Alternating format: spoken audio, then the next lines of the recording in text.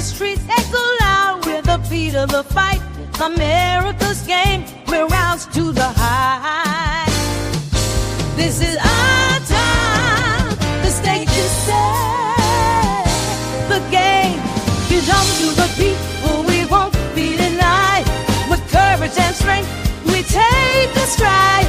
Together we fight, hand in hand, side by side. America's game, it's our turn to guide. Oh yeah.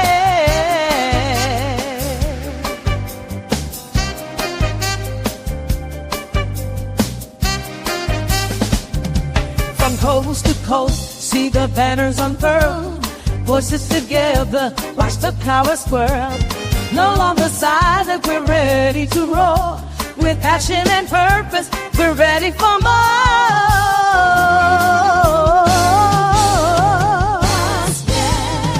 To chase the sea.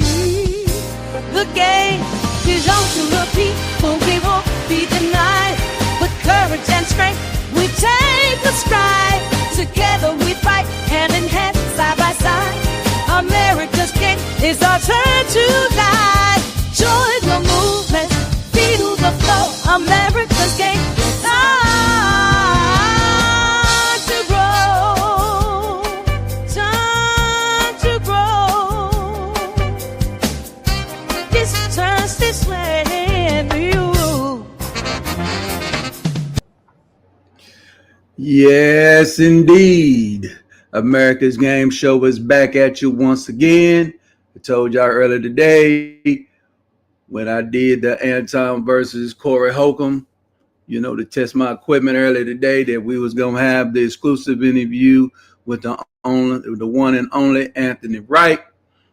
And we're going to get into it, man. You know who I am. I'm Prince Pierre, America's Game Show host, says and does the most. We do the most, man. 26 is a year where we doing exclusive interviews. We're doing a whole lot of different kind of content. We're going to be out doing different events out in the world, man, out in America, showing America's game. So, yeah, and America's game stands for, game is an acronym for God's anointed, manifesting enlightenment, uncommon information, for us the financial game, for us power dynamics, for us some entertainment, for sports entertainment and popular culture. So we're going to get into it. But just let y'all know about Mr. Anthony Wright. Hold on right quick. Everything's kind of tripping. Yeah, Anthony Wright, man. He is a rare-renowned brother, man. This brother here is well-educated. He done been to a lot of different universities. Got a gang of degrees, you know. Also, we get in. He also got experience in the NFL, state politics, federal politics, also in the financial business, far as a regional president at Campus Bank and PNC Bank. He's also in law enforcement, a state police officer.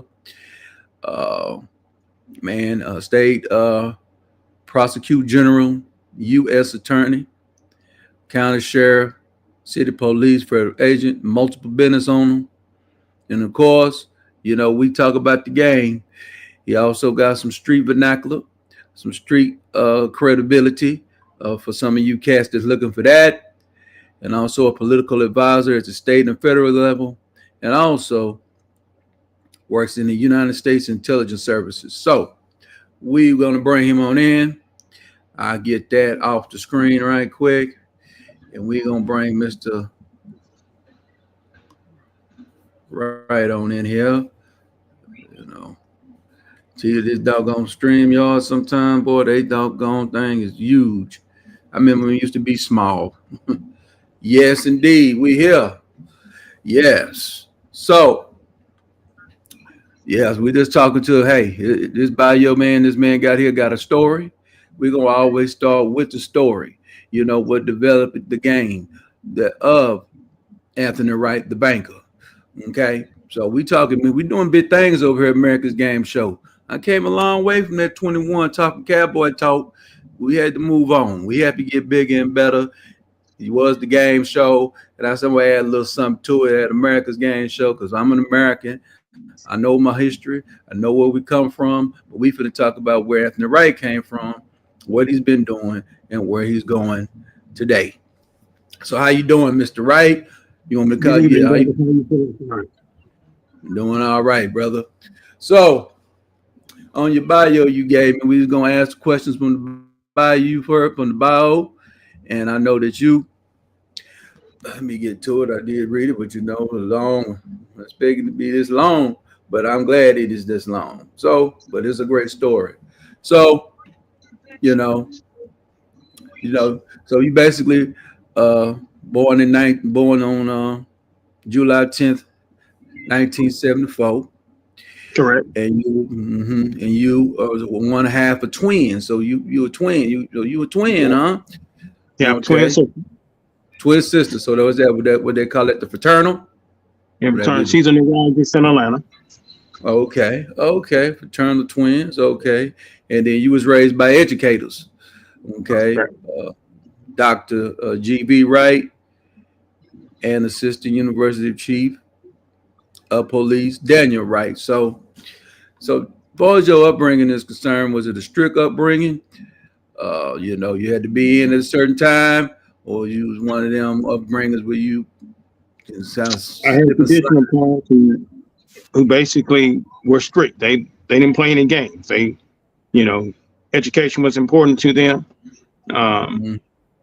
So you had to be in before the street lights come on. They led by the belt. No games. They led by the belt. BTA. Okay. Yeah. Well, they're gonna get the strap. Okay. All right. So all right. And then and you had 6 other siblings. Yes. You had a big, so traditional big family in the South. Like you say, you was in Central Alabama. So they'd be like Montgomery. I grew up in Auburn, Alabama. Auburn, Alabama. Okay. Auburn. Okay. Well, War Eagle, right? War Eagle. Yeah, the Auburn Tiger. Yeah. Okay. And the main part of you grew up. You had one part over here. You said with your grandparents. You said your grandparents was a school teacher and a district judge. So law and order was all in your. Yeah, law and order was part of your lifestyle on site, huh? There you go. Yeah. Okay. Yeah, part on site. And then on top of that, I know one story you was talking about. You had was it a brother or something that you couldn't go see, and you had to kind of sneak to see him? Our cousin I wasn't allowed to see because he was in the street. Cousin. That's what it was, cousin. Okay. Yeah, he was in the street life. And you said you went over to the cousin's house.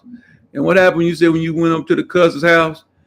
And I used to sneak over there and feed his dogs and walk his dog. He had game dogs, so I used to feed him and walk him and take care of his dogs for him.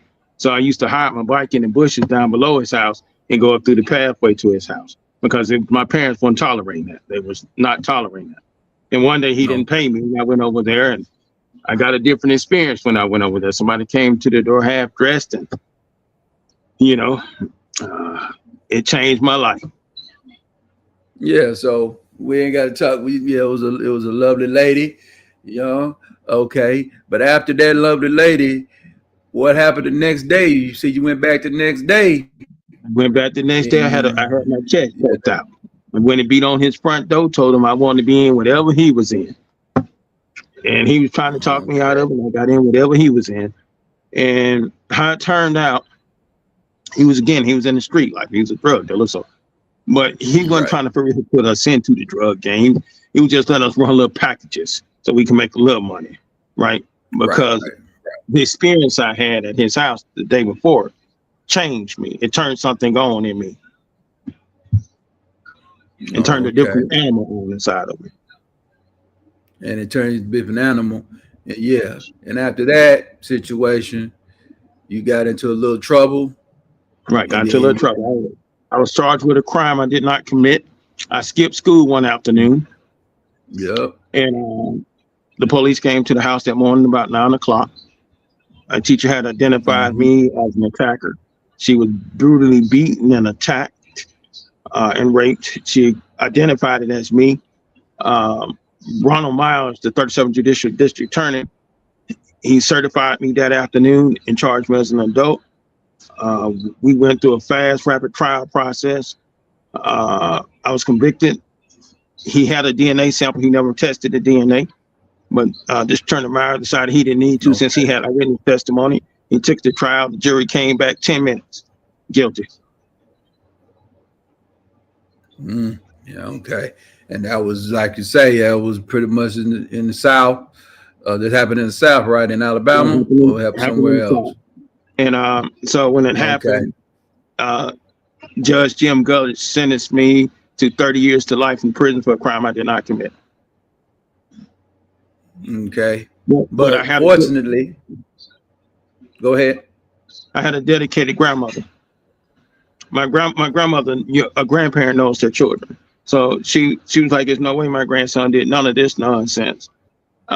She worked with the Georgia Innocent Project out of Atlanta, and they worked my case, and they finally got a judge off the 11th Circuit out of Atlanta to order the DNA test sample tested. That was 13 months after being down the road.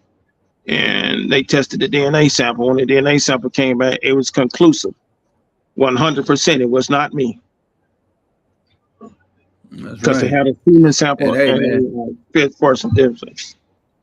While we was out on appeal, because they ordered an appeal for a retrial. This Attorney Myers went in and he was set for a retrial. They arrested a guy who broke into a female dorm. He tried to rape someone. The girls in the dorm, they stabbed him up. It was like 30 girls in there. They took knives and pencils and took care of him. His DNA matched the sample. After his DNA matched the sample, pretty much this guy. He was a serial rapist. Go ahead. He was a collector, so he collected mementos from his crimes. All of it came out of court, part of his plea deal. He allocated to a bunch of crimes that he had committed, and that was one of them. And he had a memento left that verified that he was there. I tried to return back to public schools, but the school systems in Alabama under Dr. Ed Richardson went to court. They were not having that. They were not having the parents in an uproar. They didn't care if I was innocent or not. I was not going to come back to public school. So the state of Alabama, by federal law, if something like this happens, there was a protocol. They went before the state superintendent, who was Dr. Ed Richardson. The state agreed to pay for my education somewhere else. They tried Chambers County. Chambers County refused to allow me. Russell refused. Macon refused. So they paid for me to transfer back and forth to Georgia to go to school. Oh, so you went to Georgia, right? Right, South Georgia. Central Georgia.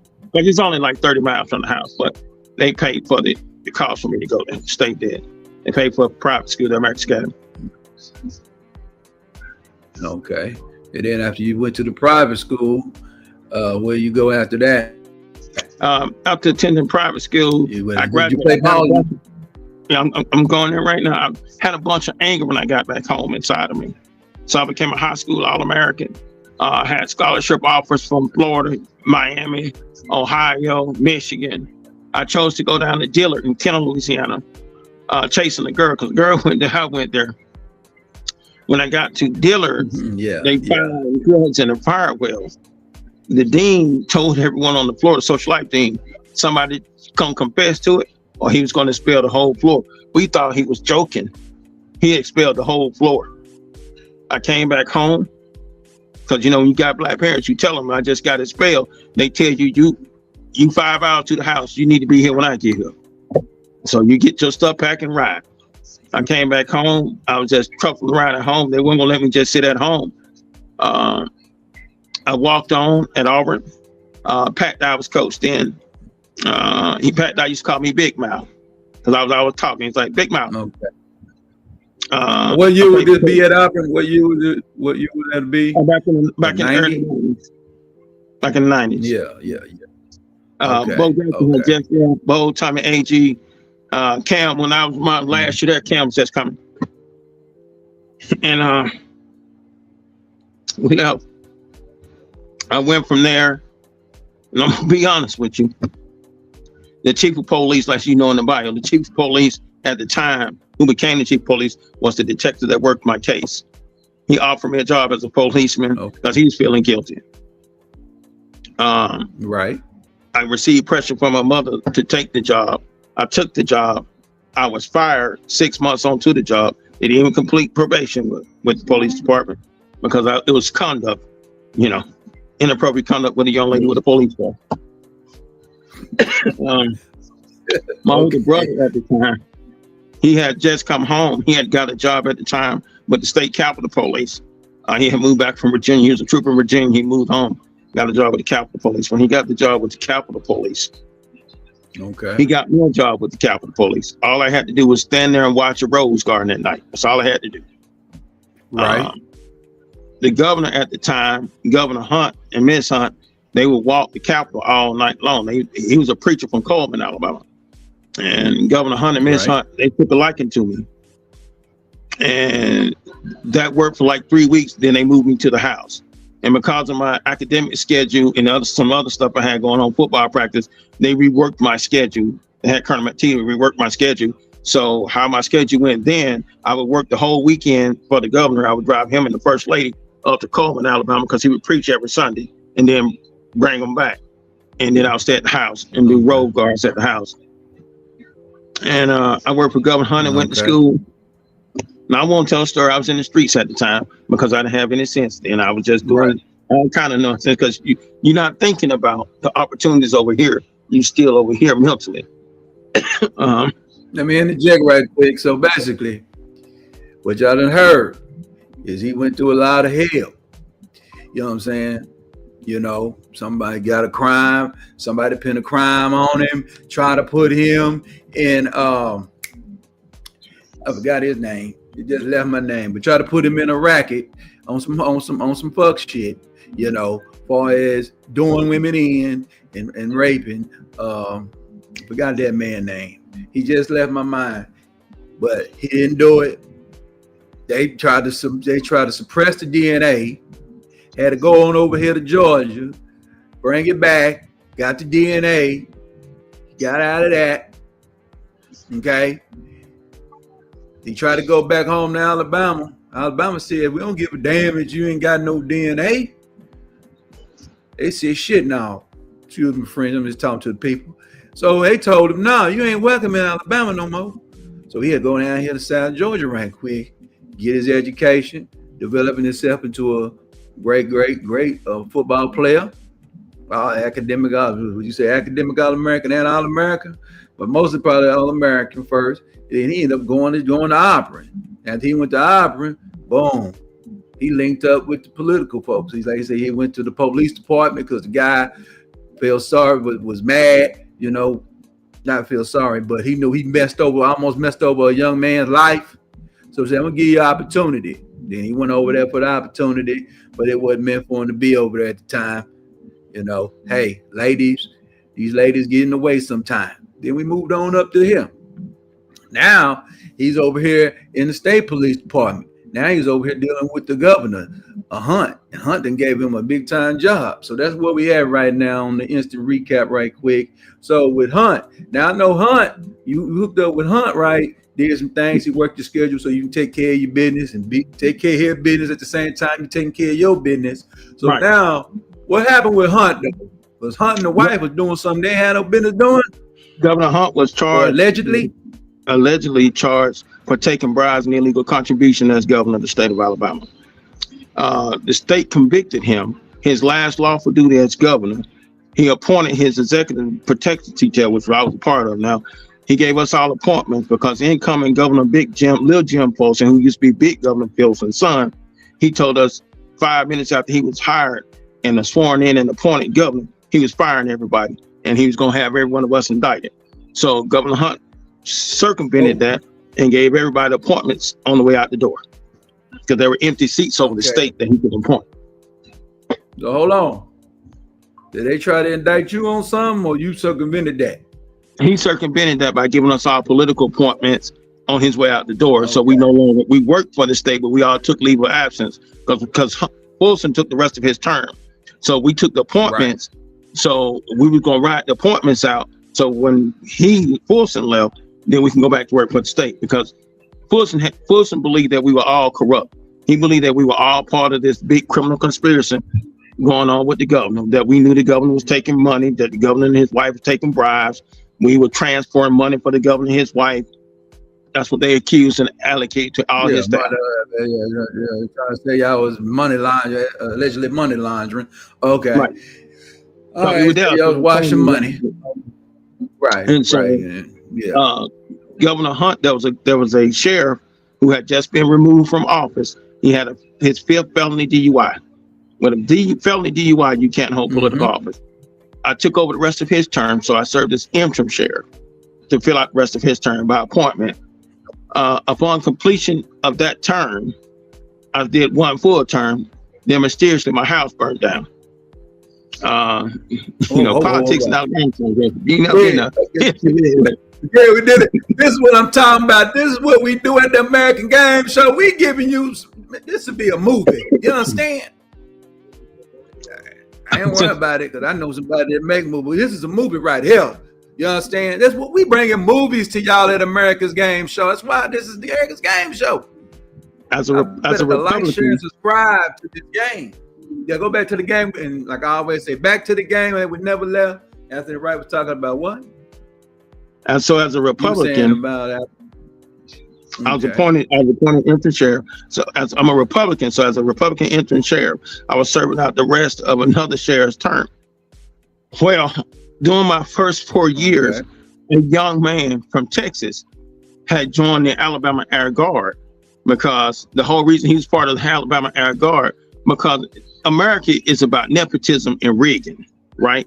He couldn't join the Texas Guard because Texas wasn't academically clear. So he joined the Alabama Air Guard so he could be a pilot.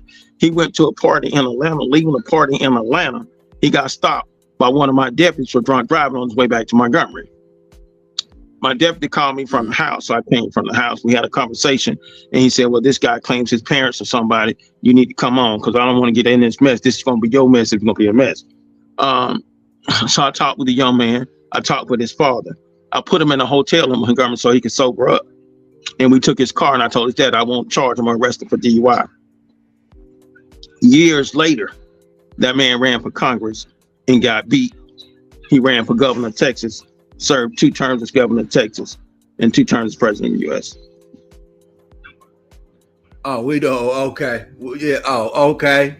Okay. We talking about W. Okay. Yeah. Okay. And he had a movie about that too, right? That he did some crazy shit. Oh, and you. I'm the same Anthony Wright. Yeah. And so, well, you know, I'm gonna tell a little bit of a joke. It ain't nothing against you. There's some folks out there wish you had went on and threw the book his ass, because his ass would never been there. But it is what it is. Hey, you just doing your job, man. You know, hey, this political shit is real. So we giving you insight to the political game. So yeah, I know some of y'all out there, and this ain't none of that bullshit. Stay out of my comments with the trash though, because I know. Let me check the comments. I hope y'all ain't even commenting. I'm glad you ain't, because I'm surprised. Y'all need to get this out here though. Y'all need to share this live. We over here talking to Anthony Wright, man that had W's political life in his hands. Okay, so y'all better get real, man, and quit playing with this game. Back to the game that we never left though. So after that, after George W. Bush got ushered on out, you know, you got him on where he was safe. You know, I was still able to handle his business and go about his little meritorious way. So what was he? After that, what you do after that? I was still serving as sheriff. A gentleman by the name of Fillmore Slim was on his way back to California. Got stopped again by one of my officers, right? And I used to come into jail in the morning and talk to my deputies, and I'll talk to the inmates. Huh? Mm-hmm. So Fillmore and me had a long conversation. Fillmore Slim. And so Fillmore told me, he was like, look here, if you think that what I do so easy, just come out and spend some time with me in California. So when I went on vacation, you guys gonna think I'm joking, but they'll tell you, when I went on vacation, I went out to California to learn the game from Fillmore and white folks and Duggan. That's when I first met Shantae Parker, and Rosebud, and Rap Brown, Kojay, Virgil, Jimmy Saw, Lima Toe. And so the life excited me. I mean, I'm a county sheriff now. I got access to everything, and I'm just running my own chiefdom with nobody to bother me, because I don't know, you guys don't know how the law works, but it's like having your own fiefdom. You can do whatever you want as the county sheriff when it comes to the institution officer. And so I got into the game.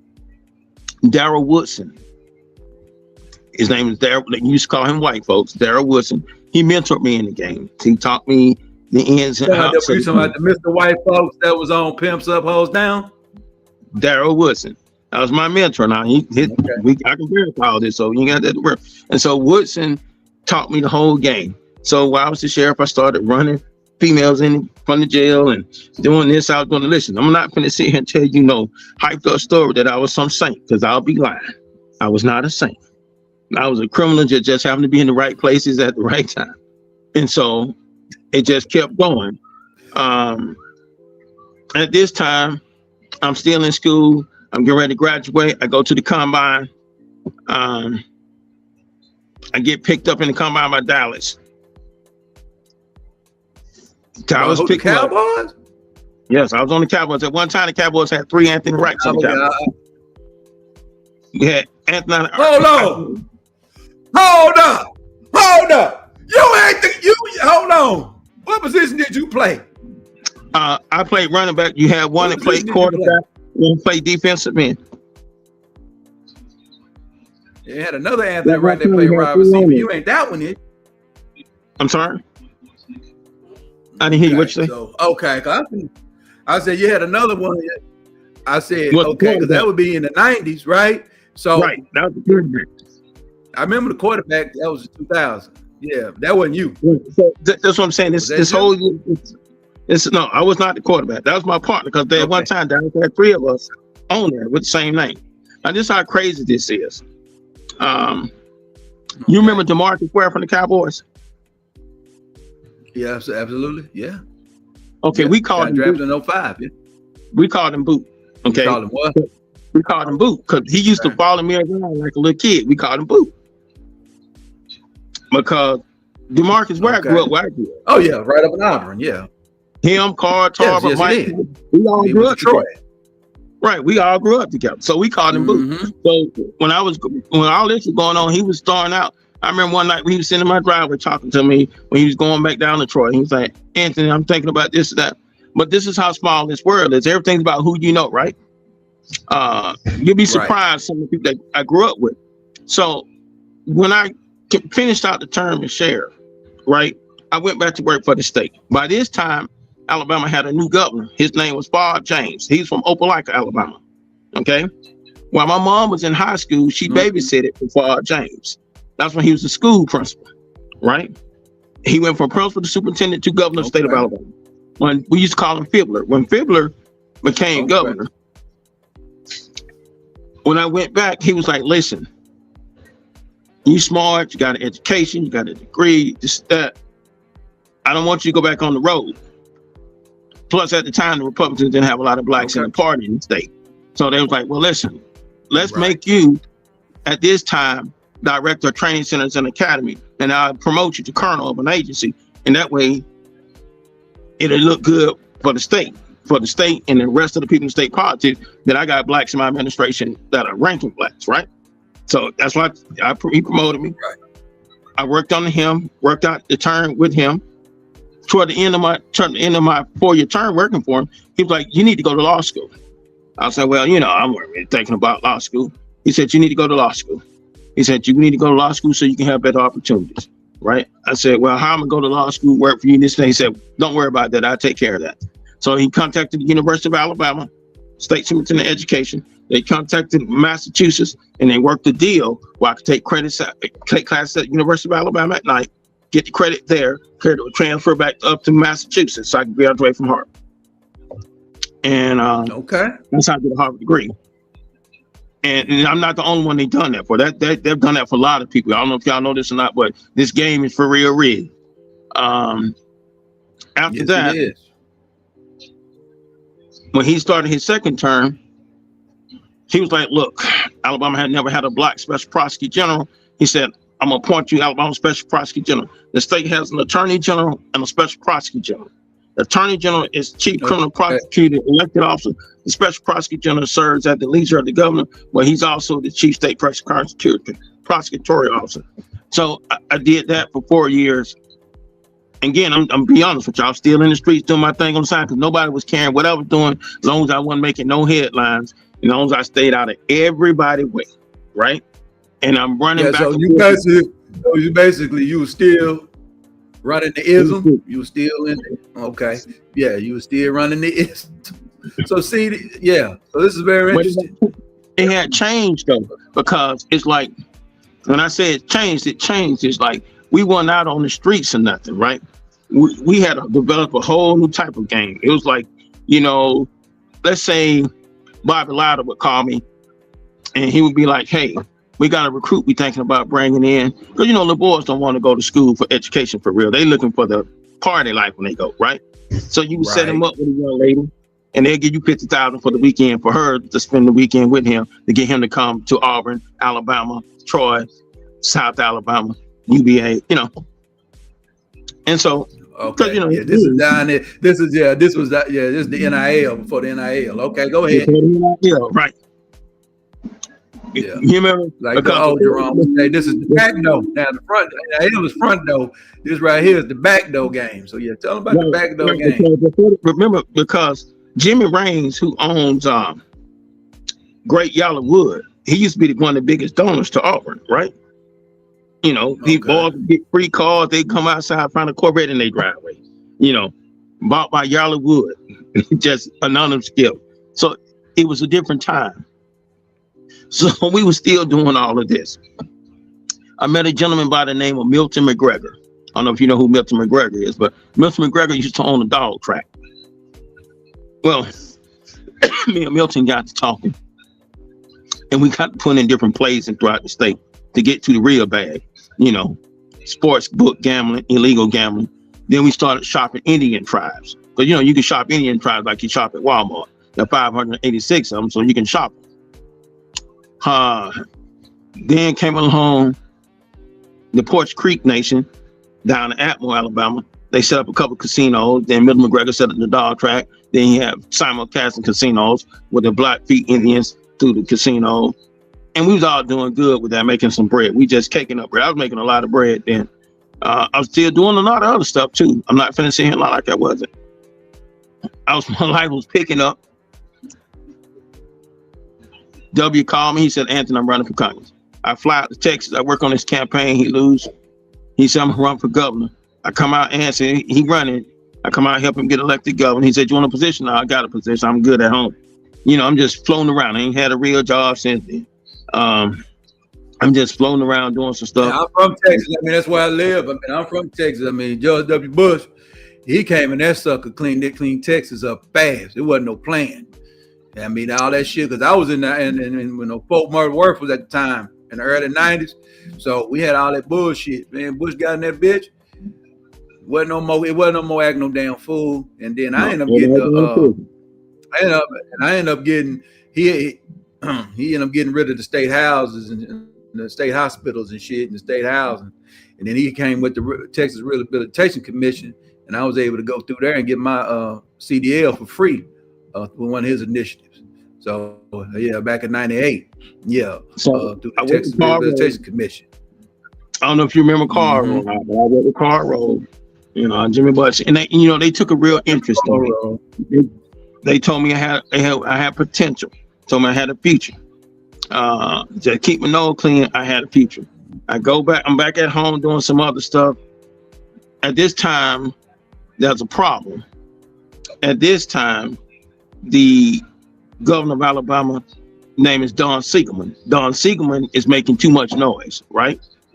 Don Siegelman tells the Democratic Party that he's thinking somewhere down the road he might run for president, right? statistically, after Who might run for president? Huh? Well, when Don Siegelman Who said he might run for president? Right, Don Siegelman was. He was talking behind the scenes about running. Polls had him 5 points ahead of President Bush. So that was a meeting with me, Bill Canary, Laura Canary, a couple other people. I can say this now because we outside the statute of limitations. Me, Bill Canary, Laura Canary, and Joe Packett, we had a meeting, and we talked about how could we slow Don Siegelman down, because Karl Rove and President Bush, they knew Don Siegelman was coming. If Don Siegelman wouldn't have got caught with his hand in the cookie jar, and Don Siegelman would tell you, if you call him, he would tell you he at this time he still believed that I set him up, which I did not. Let me just stand on. I did not set former governor of Alabama Don Siegelman up. I did not send him to prison, and it was mighty funny that his staff, Chris Pitts, was also one of my grown-up buddies and friends, who was his assistant chief of staff, and 2 of his assistant chief of staff grew up with me. And it's mighty funny that, you know, they got deals from the Canaries and he didn't. And he said he was innocent. He didn't know about the 2 briefcases of cash in his office sitting on the desk open when he walked in. Because it's amazing that he walked in and the feds came in right after he walked in, said he was trying to take a bribe. They signed him to prison. That killed him. Yeah, you breaking up a little bit.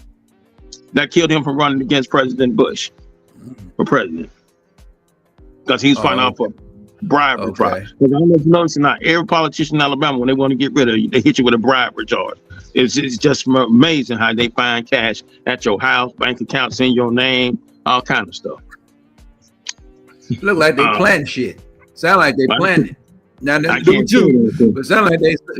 I know you can't say that. We're not putting that. I can say it. You ain't got to go sign. You can cough, whatever. I don't know what they doing.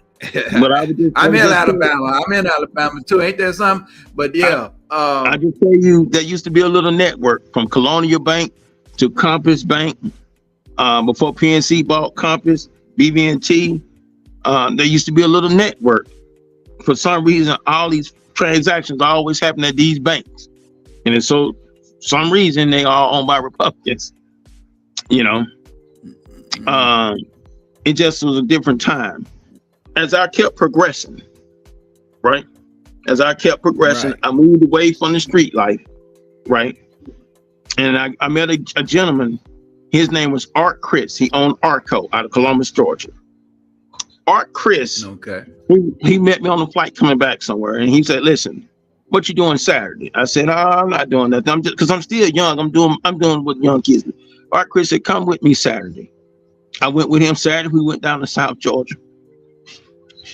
After working with Art Chris, I became the #1 seller of prepaid legal in Georgia, because at the time in Georgia, you didn't have to have an insurance license. We sold so much prepaid legal insurance out of Oklahoma down in South Georgia, it was crazy. I'm making $1 million a year on prepaid legal. You can call them, they'll tell you.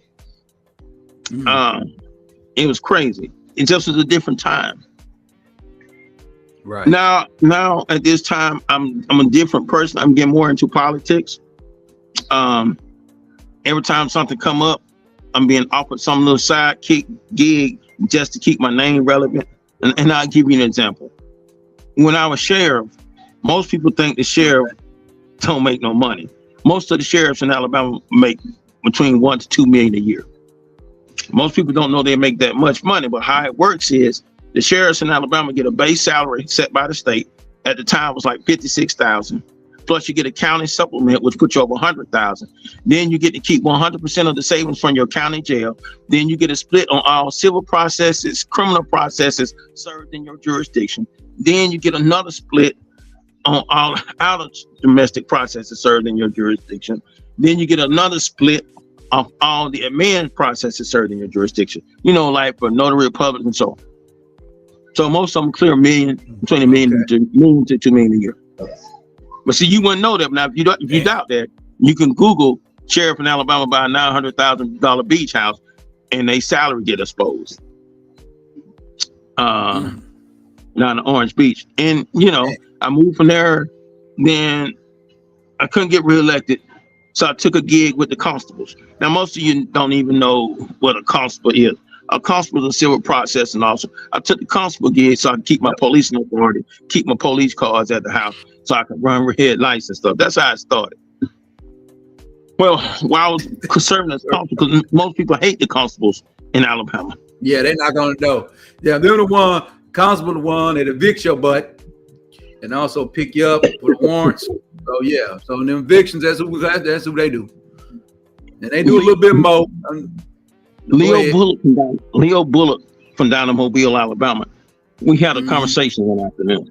He said, "Hey, why don't you you know everybody in the state. Every politician in the state know you. Why don't you draft some legislation for the constable?" So I had started drafting laws for him and sending them to legislative reference service, getting members to put bills through, like Ted Little, Johnny Ford. You know, they just put bills through for me. I took the director of the Constable Academy Training Center salary and made it into a $2 million a year paywall job. Because I mean, all of the 67 counties have to pay into a pot that percentage out to my salary. Well, hold on. Now, how you get them to do this? Oh, it's easy. Once you learn the game, it's easy. Okay, this is how you get a politician. Let's say Johnny Ford used to be Alabama State Representative of Tuskegee, Alabama. Tuskegee is one of the most corrupt cities in the state of Alabama. When Johnny Ford was the state representative out of Tuskegee, you would basically invite him to a junket, pay him $50,000 for the junket, and he'll come make a phony nonsense speech, and he made $50,000, and your bill went through the legislature. Same thing with Greene County, same thing with Mobile, Crenshaw County. You just got to know where to go, who taking money, and how to get the money to them so they can't get caught up. Because see, in politics, they can't take direct bribes. It's just like being in Congress. When I worked for James Trafficking, right? Congressman Trafficking, who went to prison for taking bribes and illegal contributions too. When I worked for Congressman Trafficking was one of the boldest congressmen ever in history. That's why he went to prison. He would just pull up on you, tell you give him $200,000, and if you didn't give it to him, he would just jump on you, and you'll be trying to pull him out. That's why Trafficking went to prison. He was just out in the field. And if you don't believe me, Google the story. Trafficking was crazy. So this man here was just Deboing. He was a Debo. Right. He thought he was a gangster. So he would just jump out the car and say, "You gonna give me $200,000. It is what it is." And if you hear the that's on you. You trying to keep him going to prison with him because you're like, "Congressman, you can't do this. You can't do this, Congressman." So how it work at the congressional level? I'll give you an example versus state. At the congressional level, when new congressmen come to Congress, they have these banquets. Everybody and their mama throw a banquet for them or breakfast dinner for them. And so basically it's a fundraiser, right? Mm-hmm. And so how do you get the money back on the fundraisers is, let's say we throw a breakfast junket for your favorite contribution to charity. Your contribution to charity that your wife is president of, they pay you $500,000 to come speak Saturday morning and take you on a duck hunt. You got the same $500,000 we were gonna give you. We just had to rework it so can't nobody go to prison. That make any sense? Absolutely. I get it. And so that's what we did. We did a lot of that, and I just kept coming on up into the ranks. Just kept climbing in the ranks and the parties. Different, you know. I'm a Republican, so I just kept climbing up in the ranks. Right. From convention to convention to convention. I've kept true to the streets because I've been on a lot of street podcasts. And, you know, I've helped a lot of brothers in the streets get out of the street, move to legal businesses because we don't know how the game is played and we don't know how to play this mug right. Most of us are in the way. We don't understand. And so as times have changed, I've tried to tell every brother, the money that you made in the streets, you can make legal. It ain't hard to make it legal. All you got to do is be around the right people so you can see the things that you need to see. It's like we was talking, you asked me earlier about dead leg flights. The whole reason you dead leg a private jet is because they pay the full freight rate to take the jet out, 30, 40,000. The government says you sell that jet for the price of a regular commercial seat, bring it back. We'll cover the cost of the whole trip. So how much did it cost you to run your jet? Zero. Then you take the depreciation. Now you got paid to fly your jet to take you where you wanted to go. That's why they dead leg. That's why all the rich dead leg. If it wasn't no money in it, they wouldn't do it. That make any sense? That make a whole lot of sense, man. Getting it everything's about money, Shep. And so as I have come up through the ranks, and this is what most people don't understand. Whenever a president's elected, the day he's sworn in, he has 33,000 jobs to appoint. He don't know all those people. No, there are other politicians that are on favors. They start brokering them jobs out. Most of them pay 150, 200,000. They just start brokering them out. You did me a solid, I'll do you a solid. One of the best Christian favorites is U.S. Marshal. The U.S. Marshal is appointed by the president. There are 98 U.S. seated marshals for the districts, and then there's another 205 that serves a special jurisdiction U.S. Marshal. But most people don't know that. They all get the same salary. It's base salary 178 plus duty service applicable, so they come out to be like 250,000. And okay. And most people don't even understand this whole thing is a racket. The more you do for somebody, the more they look out for you down the road. So let's say you help a politician become a congressman. Well, he can't just say thank you. So he might help you get a stupid appointment. He might get you a consular general appointment somewhere like Romania. You might say, why would I want to be a consular general in Romania? Because you have the authority of the government. You have the same power as the ambassador. You can call in carriers. You can call in airstrikes. You can do all kind of nonsense. You have a zip around customs control. That's how come, if you look at the cost to be an ambassador, most people that become ambassadors, they pay upwards of $2 to $3 million to become a U.S. ambassador. You don't pay $2 to $3 million to become a U.S. ambassador because you want to serve the people. You do it because you're going to get paid. It ain't a job one in the government that people don't do. They not going to get paid. It's an investment. Yeah, it's an investment. It's an investment. Yeah. Yeah. And I tell people this all the time. And and then there are a couple of caveats. Like the president may appoint you, like I was appointed. I did a 2-year stint as director of an intelligence agency, but the U.S. Senate wouldn't approve me. They said I didn't have enough experience. And a lot of times you get 2 years, and if you do your 2 years and you don't get approved, you don't care because you was the director for 2 years anyway. That make any sense? So and this is all a game. It's a shell game. You leverage when you get an appointment to benefit you. Most people can't leverage an appointment to benefit them, and because they don't understand how to leverage that appointment. The postal inspector, the local postal inspector, that may not seem like something that's important. I know postal inspectors that make $1 million a year. It's an appointed position because it got back end perks. That make any sense? And a lot of guys, they don't see it. There is no easier time than now to be a millionaire in America. None. If you can't be a millionaire today in America, you didn't try. You might as well go sit down because you didn't try. Because they give you money out on every corner. It's like the 80s with money, And I tell people that, and they laugh and they think I'm joking. Let me give you an example. Let's say you're a businessman. And you tired of trying to go to the bank and tired of trying to build business credit.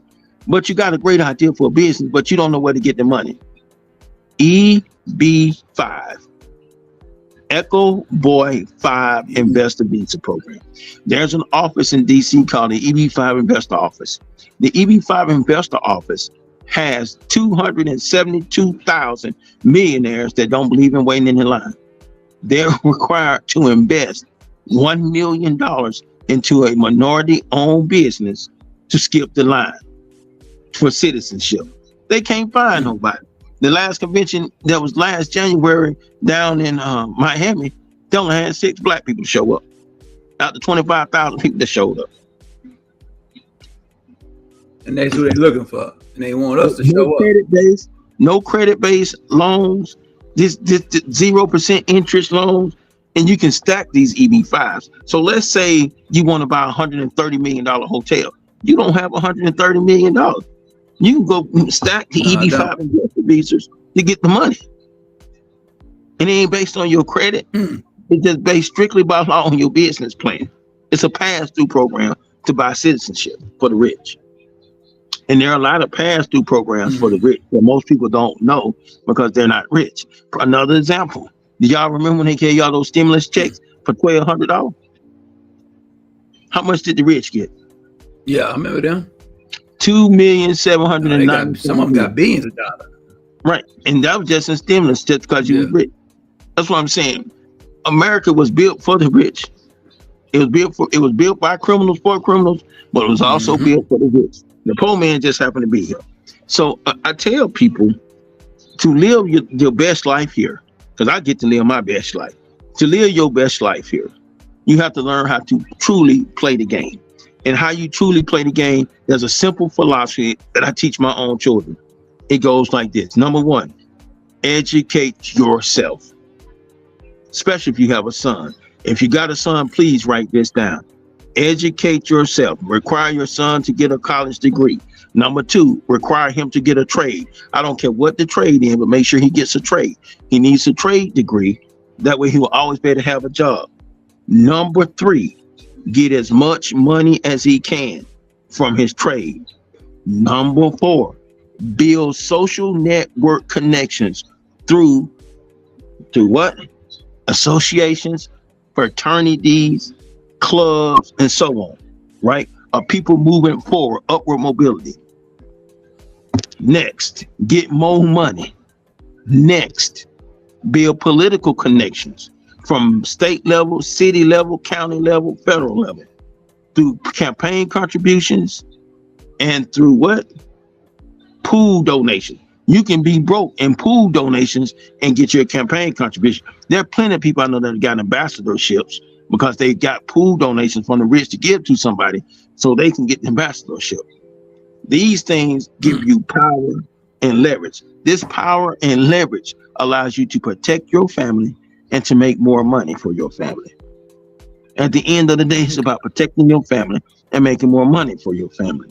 Now, we do things a little different in my family, okay? Okay. In my family, this is how we work personally, my personal family. Most of the girls get judgeships. So how we get them judgeships is by federal law.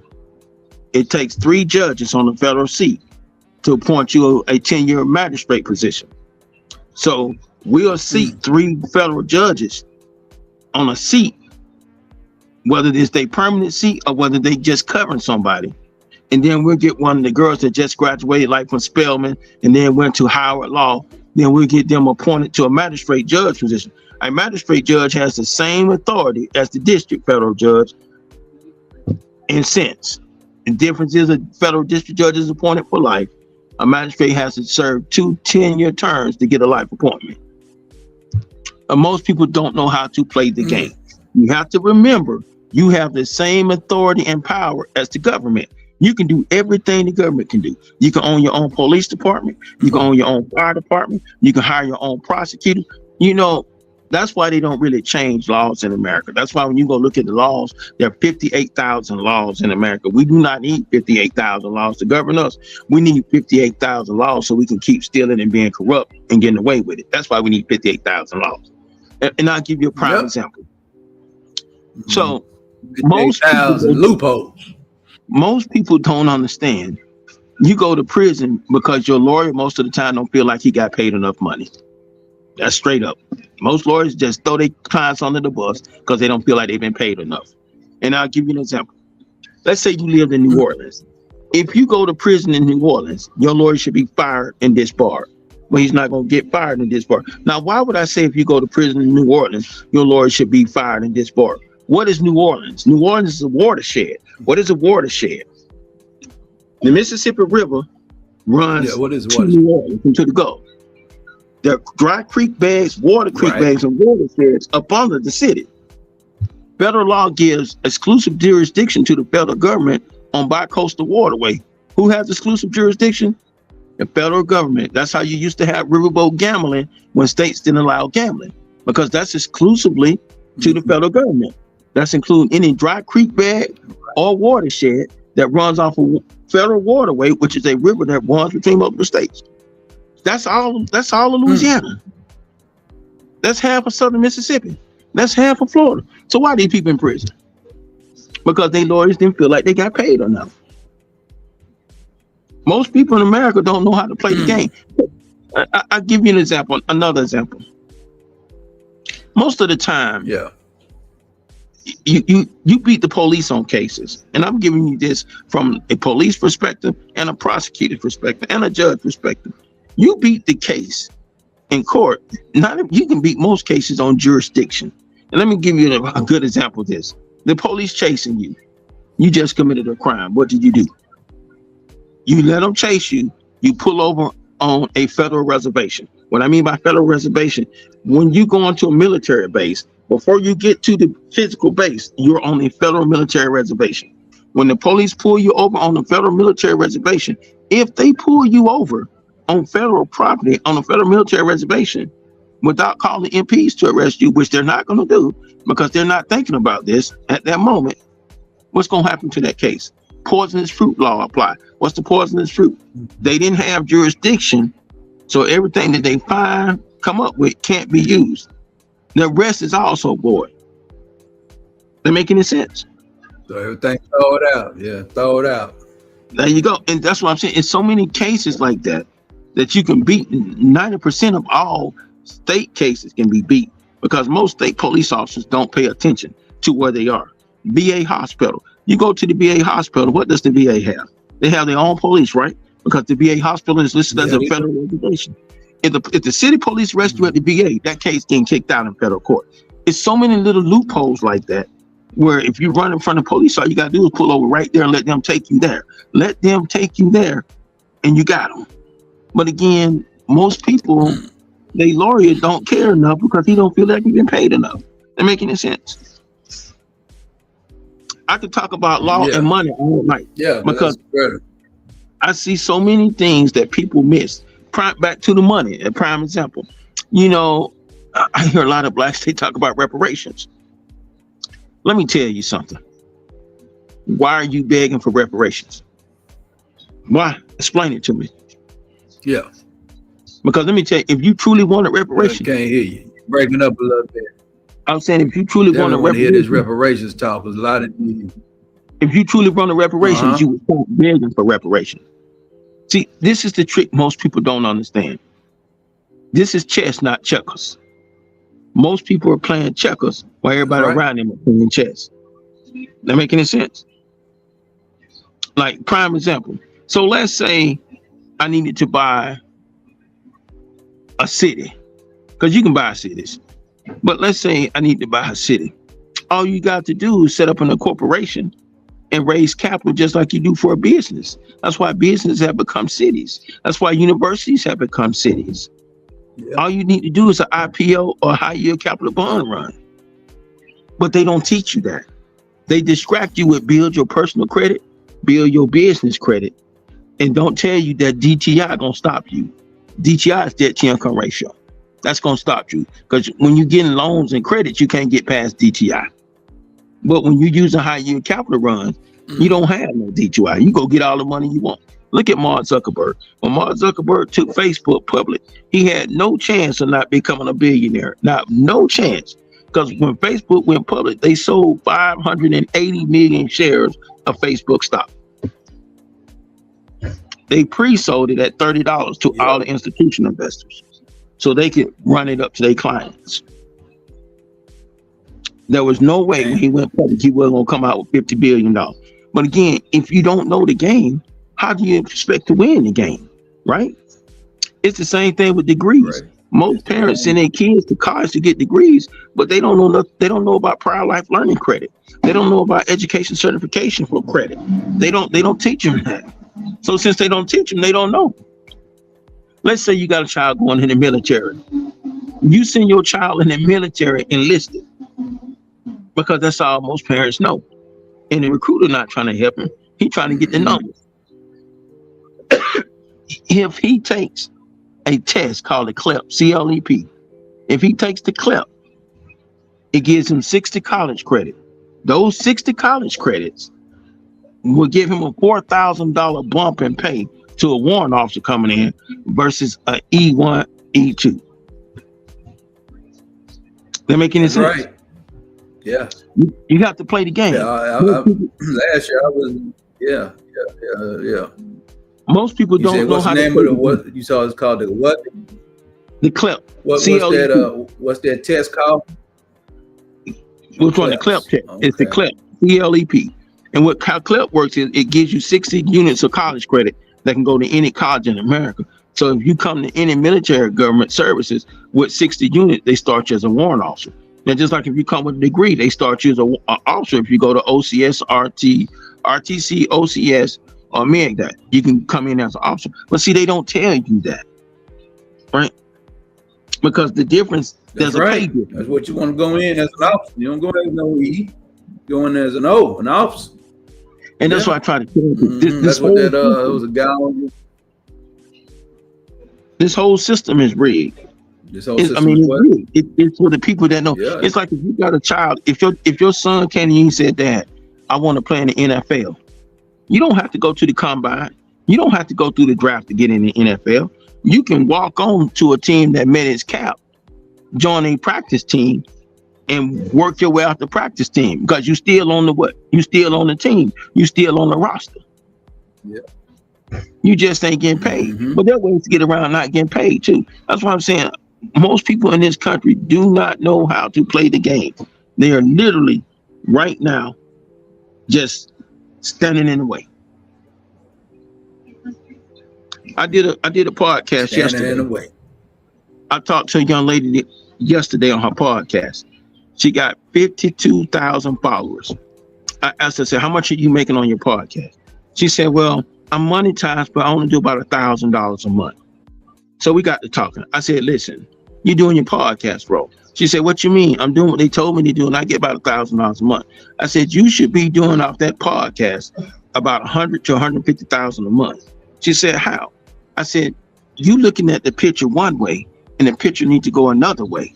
And she said, "What do you mean?" I said, "Listen, if you call any of these digital redeem companies and get them access to your followers, then each of your followers gonna be worth $20 to $30 a month." And what's a digital redeem? A digital redeem is a digital coupon where they get to use where you get $1 to $3 a month. They'll send out like 100 coupons, $1 off at McDonald's, $1 off gas, $1 off this, $1 off that. As the people use the digital coupon, that's $1 to you. Those followers is equal money. But see, you don't know that. You most of us fighting for views. You know, I want 1,000 views, I want this, that. The money you make YouTube monetization and the money you make off all these sites, it's nowhere near the money that you independently monetize yourself.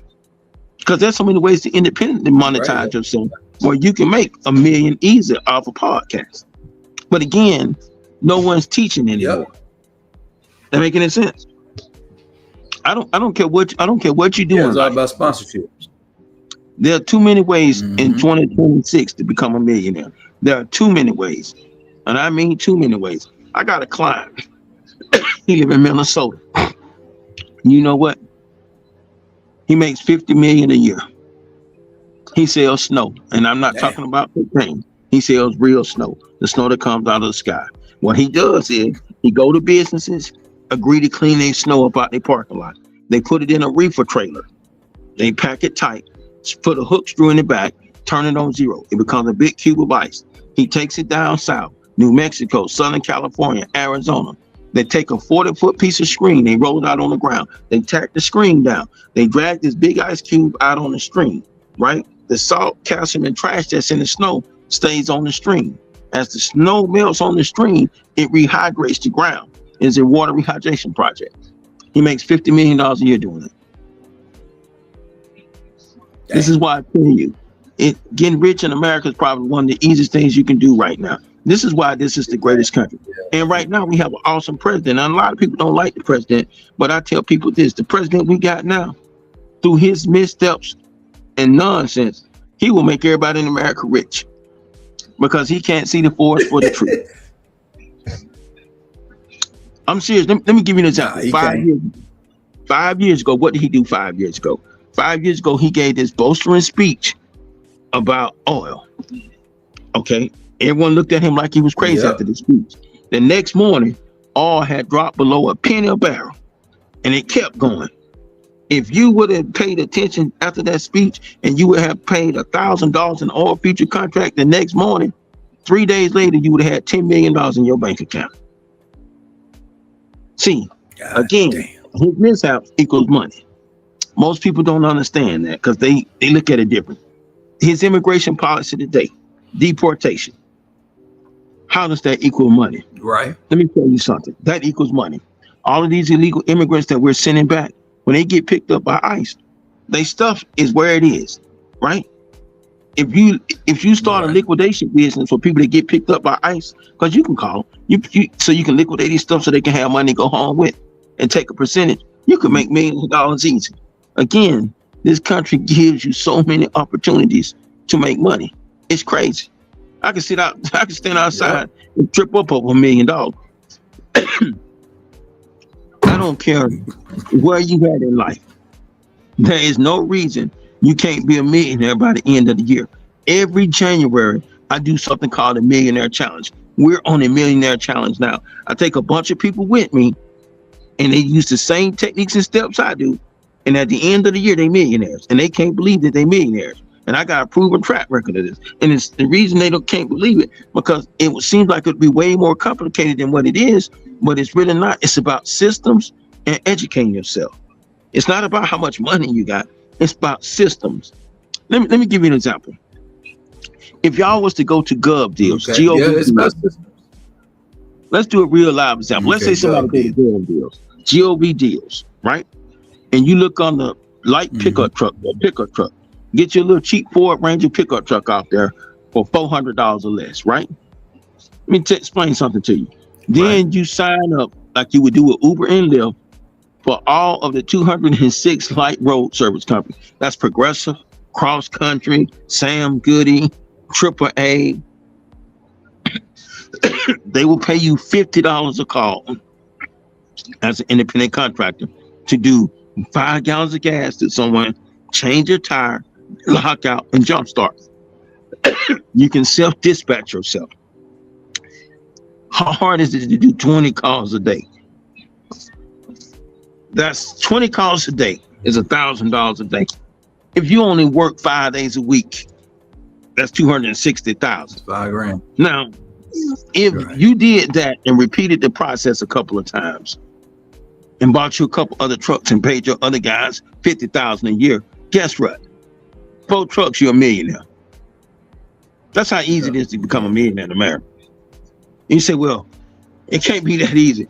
When last time you changed your tire car? Because most of the time when I see women, they calling a light road service that's on the back of their insurance policy or on the back of their credit card because they don't want to do it or get dirty. That's an easy $50. Hell no, I don't care where you. I'm sorry. I don't care where they don't want to do it, and that's me. I don't care where you at. That's what I'm saying. It's just easy money. It's too many easy things you can do now to make $1 million. If you got a child and they need, let me take a sip right quick. Yeah, take a sip. I'm sorry about that. I'm trying to fight off a frog in my throat. Let's say you got a child and your child home for the summer. And they say, Dad, what can I do to make money? Let me tell you what you should tell your child. What you should do, go put on your suit and tie and go to every funeral home and every doctor office and every apartment complex and ask them when you get there, do they have any unpaid debt? They're gonna look at you like you crazy. Yeah. And then when you go home, you're gonna Google debt buyers, collection agency like Monterey Financial, Oceanside, California. They buy debt all the time. They give you 10% of commission on all the debt you send them. So the average doctor office has $5 million in unpaid doctor bills that are 2 years old. He gonna charge them off, so he don't care.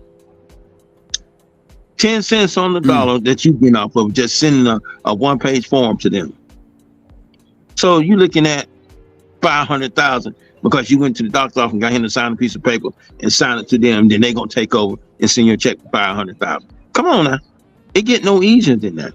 It gets no easier than that. How many apartment complexes got unpaid rent? They had their victim. All that's money. How many women got delinquent child support and they don't know what to do with it? You got buyers of delinquent child support. And most people don't know you can make money off delinquent child support. Your deadbeat dad owe you $40,000, $50,000. He don't want to pay. No problem. There are finance companies that'll buy it today from you. They'll give you 90% on the dollar. He'll owe the banks. And believe you me, the bank gonna get their money. Because the bank don't play the same way you play. See, you want to go on his paycheck. So basically, this is, again, he take him a sip right now. Again, this is why this is the game show. Jive turkeys. You ladies is running around here chasing these ragged ass niggas around. And what'd you say she got to go do? What you got to go do except chasing this ragged man around? Just sell the debt. Sell it to a debt buyer. There are tons of them. And let me tell you why they buy it. She get 90 cents on the They're dollar. offering 90 cents on the dollar. This is why they buy it. Because they don't give 2 bucks about where he at today. They'll hold it. They'll go get a judgment against him and they'll bank it. 10 years from now, he may have a house. He may pay off a car. And the sheriff will come through in 10 years and just take that car. And they're going to sell it at auction to satisfy that debt. See, this is what people don't understand. The government, when they collect your child support, they want to do process of garnishment. When banks collect your debt, they want to do writ of execution, procedure, or forfeiture. Let me show you how serious that is. There's a story. It's called Lil Wayne. I don't know if y'all know who Lil Wayne the rapper is, right? Lil Wayne owed a pilot in Atlanta $20,000 for a private jet. Lil Wayne friend told him, don't pay the $20,000. Don't worry about it. Don't pay the $20,000. It's just $20,000. Make him eat it. The man went around 3 months arguing with Lil Wayne. They didn't pay him. A debt attorney called him and said, hey, you got that $20,000 debt? Yeah. I'll buy it for you for $20,000. The man said, for real? Yeah. He sold it to him for $20,000. So he cleaned. But Lil Wayne still owed the $20,000. The man put $2 million in fake attorney fees on it. Asset investigation and attorney fees. He's claimed he spent $2 million of his time and energy. Then he went to a judge, paid the judge $17.50 for a writ of execution. Then paid the sheriff's department $50 per deputy or $100 for 2 deputies to go to his Miami mansion with him. He hit Lil Wayne for $30 million. Because the law said if you don't pay your debts, I can do a sweep with a writ of execution, take whatever I want, no matter what the value is, no matter what the cost is, to satisfy that debt. So he took $30 million from Lil Wayne to satisfy a $20,000 debt. And there was nothing Lil Wayne can do. If you don't believe me, Google the story, because it come right up. Put in Google, Lil Wayne Miami mansion rated 30 million C's, Daily Mail. Read the story. That's every day. Yeah. It's recorded. So we got content. Yeah. I'm telling you. You saying $20,000 he didn't pay cost him 30 mil. There you go. If you Google the story, to come right up. 20,000 turning into 30 million. That sounds crazy, right? Man. America was founded by criminals for criminals. Don't you ever forget that. Yeah. And if you think that's something, let me tell you something. That's wild. Most people, they sleep. They listening to people who don't know what the blank they talking about. And this is the best example of that. So I want you to think about something. I want you to think about the next time you in your car and you driving down the road. I want you to think about all the money you passing that you can't see. All the money you passing that you can't see. Now, before you say, Mr. Wright, what you mean I can't see? Let me give you an example. If you Google Navy sales ship for 2 pennies or a penny, you'll see the Navy sold a carrier for a penny because nobody bid it on it. The man signed it down to La Plaza, Louisiana to Atworth Ship and Wreck Yard. That ship wrecked out for $157 million.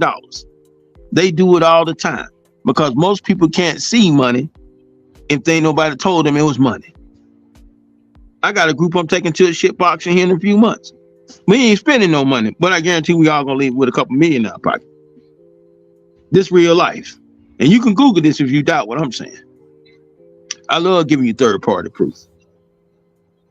You gotta stop looking at the box and understand this is a big, wide world, and this is your time. And if you want to be rich, it ain't nothing you can't do to get rich. Nothing. I don't care if you in prison. Yeah. If you in prison today and you can't make $250,000 a year while you sitting in prison, you need to go back to sleep. Seriously. Because what you think? Let's say you in jail today. Google it up. Mm-hmm. Let's say you sit in jail today. You sit and say, what can I do to make money in jail? What can't you do? If you put that money on Securus for that little notepad, you got internet access. You can do a whole lot. Mm-hmm. You can do contract work. You can do contract work. Kind of stuff you can do. I can sit in jail today, fix my credit to a 580, and lease my 580 credit score to home flippers, so they can buy houses at 3.5% down through FHA home buying program instead of having to put 20% down on a $200,000 house. That's the difference between $7,000 down and $40,000 down, and they'll throw me $10,000 while sitting in that bunk. I can do that all day while I'm sitting in prison. It's so many things. I got a book, by the way, How to Make $1 Million a Year While You're in Prison. But if you can't get rich in this country, I swear to you, you did not try. I don't care where you at. You could be in the smallest town in America. And Alabama got some small towns. You can be in one of them little small towns like what's the small town in Alabama? Cuba. Something small. Yeah. You can be in some small town, Clayton, something like that. You can be Union Spring, something small. You can still make $1 million a year. I don't care where you at. The ground don't mean nothing. It's the knowledge of understanding where the money at. I run around in politics. I run around with guys from the streets. Listen, it's just too much actual money out here right now. You can go home today, be broke, go on that same GovDeal website I just told you about, do light road service, hotel transportation service. Listen, if you sat out broke, and I mean real time broke. Hold on, let me do this. I'm gonna show you something. I'm gonna get one of these other phones so y'all can see it, since y'all can see me. And turn it on so y'all can see what I'm talking about. If you set out broke today, and I mean set out broke, I'm gonna show you something, because anybody can talk it, but I can walk it. I stand on what I say. You gonna think I'm bush, and you call me, and I'll be on the ground in the morning, and we can get on to the money. Because see, this how simple it is. It's 2026. Your goal this from today forward is close out the year a millionaire. And if you tell me you can't, I need to know why you can't. And it better be good. You better be paralyzed from the neck down. You can't breathe. You in the hospital. It got to be something good. Because if it ain't good, you full of shit. I'm just calling a dog a dog. You full of shit if it ain't good. Because let me show you something. If you go on that same GovDeal site, and I'm finna show you, soon as the little thing come on. Hold on 1 second. I'm logging in. I'm finna show you how simple this is. I just looked up the Navy ship sold for 2 cents. Yeah. I hooked it up. It was right on there. Navy ship sold for actually 2 cents. They sell them every year. They sell about 10 to 15 ships. Now, what you think if you got one and they gonna tow it wherever you do, and you tow it to the park? Let me tell you a little secret. What's the best conductor of electricity and communication? It's gold. So when those ships get wrecked out because of all the gold wire that's in them, that ship, that carrier, it was $157 million in scrap. How much you pay for it? 2 cents. Every year they gotta go.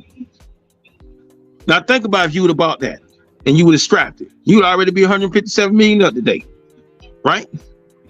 Now your haters would be like, you lying.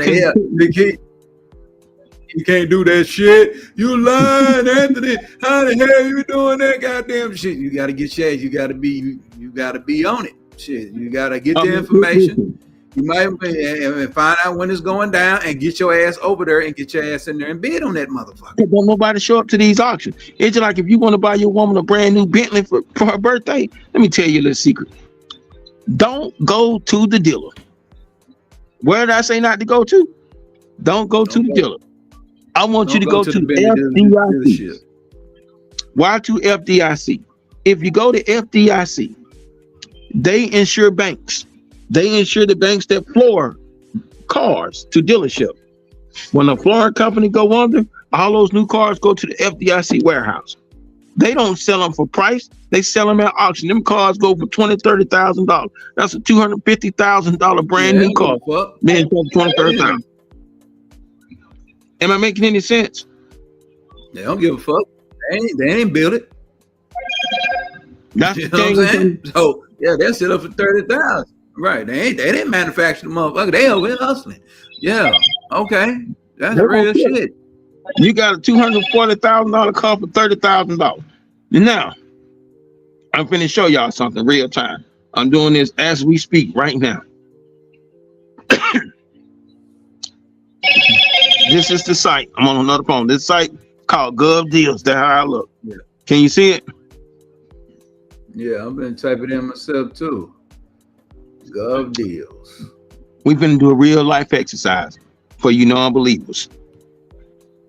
I don't own this site, nor do I get any money from this site. Right. But I wrote another book called 3,000 Ways to Make $1 Million off this site.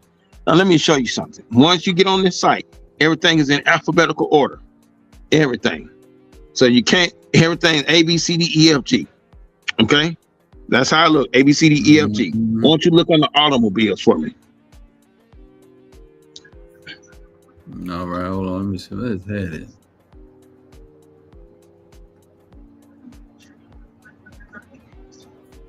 I'm doing it with y'all live. Real talk. A-U. There we go. Tonight, automobile / cars. They got 246 vehicles on that tonight. And that's how to look. It's coming up. That's how to look on that tonight, right? Now I'm finna show y'all something, right?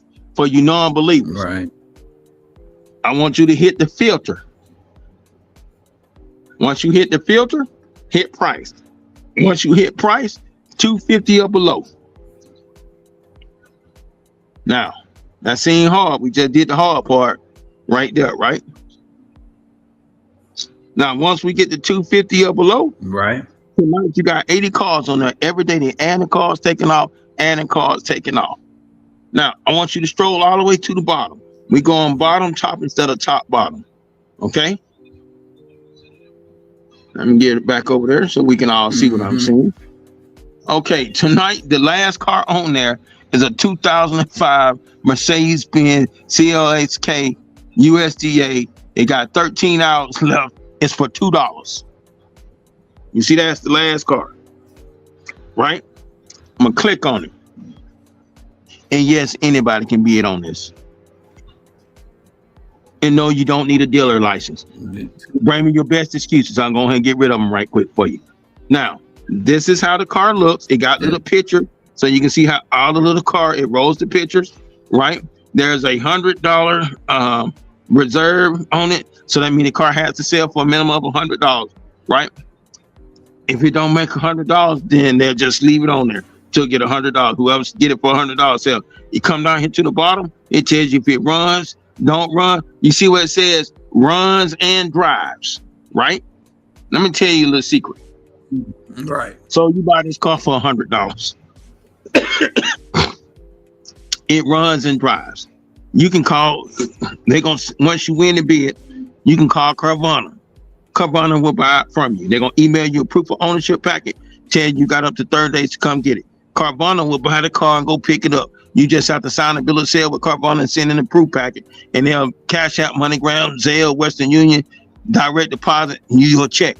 If you don't want to call Carvana, you can call any scrap car buyer in America, and they'll buy the car from you, and they'll go get the car, and they'll cash out MoneyGram, Zelle, PayPal, Western Union, cash out, Venmo, you your money. I want you the tick on these vehicles. The typical price gonna be $800 to $1,600 for the car. So I want you to think about that. You want to car $100 and you're gonna make $800 to $1,600. You do a couple extra those a week, actually extra $5,000 a week. Then you do a few of that extra $5,000 a week. You do that every week. That's an extra $250,000 a year to the house. If you invest that $250 as the year going on, plus what you're making on your job, you're a millionaire by the end of the 12 months. I walk it because I talk it. I stand on what I say because it's my name I'm standing on. That name means something to me because that name belong to somebody before me, then it's gonna belong to somebody after me. It's my job to not mess it up. So I'm not messing up. So when I tell you can do something, I'm standing on it. It's you can go on here all the time and buy cars for $1. Now, if let's say you buy a car for $1, and it may not run, you don't care. It's gonna get you at least 800 in salvage based on weight. What you care? Yep. You buy 4 or 5 of those extra a week. I'm telling you, 4 or 5 extra thousand a week to the house. You ain't lying. You take that motherfucker straight over there to the junkyard. They gonna get you $800. I don't care what city it in. They got junkyards in every city in America. You ain't got to pick it up. You know how to work the phone, the internet, and the fax machine. Yep. I'm just telling you. It's 3,000 things. Right to your cash app. There's 3,000 things you can do just like that. And you don't need no dealer license off that one site that'll put you in position to be a millionaire by the end of 2026. When I tell y'all that 2026 is the easiest time in history to become a millionaire, I mean it. I don't care what the economy doing outside. Yeah, I'm on the website right now, so I'm on. Yeah, I want to show people the dollar car. So I'm seeing I'm on cars right now. So where I need to go? If you just see it, you keep strolling, you'll see different prices on them. They always got different prices on them all the time. Some 50, some 100. Just keep strolling up. Okay, going up. Now I'm gonna tell you a little secret. See, most people they gonna stay with the cars. They got everything on here is alphabetical order. I bought a generator out here for $600 one night. I flipped it to the rental supply place in Jacksonville, Florida for $30,000 in that morning. In one of those big Generacs. Came with his own built-in trailer. You said you did what? I bought a Generac. I bought a commercial Generac generator out there for $600 with nothing wrong with it. I sold it to a rental place in Jacksonville, Florida for $30,000. Cause brand new, it was $240,000. Remember, everything's in alphabetical order. If you can see money, you can see money wherever you go, right? Right. Most people can't see money. Alphabetical order. It's just so many things on there you can buy. Jet skis, 4-wheelers, dump trucks, 18-wheeler, pump truck, crash boosters. Let me tell you a little secret.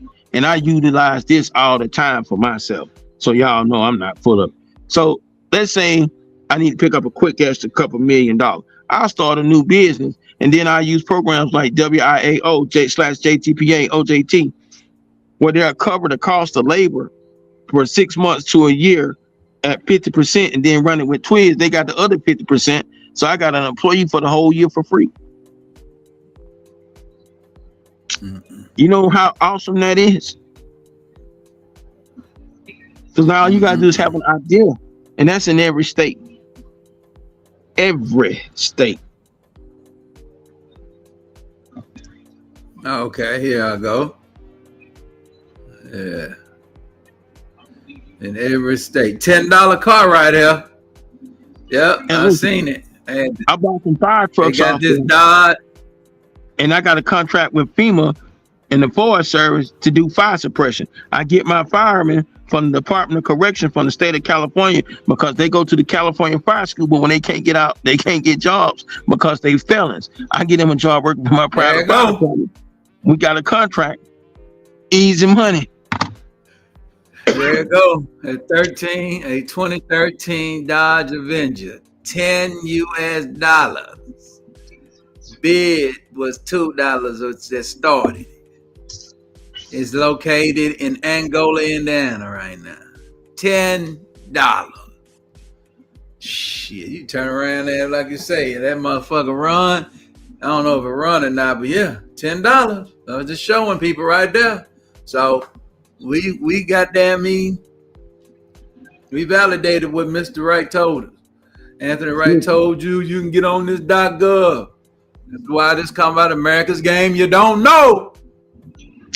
Y'all need to get on some game, man. And it's the same Let's thing. go, gang.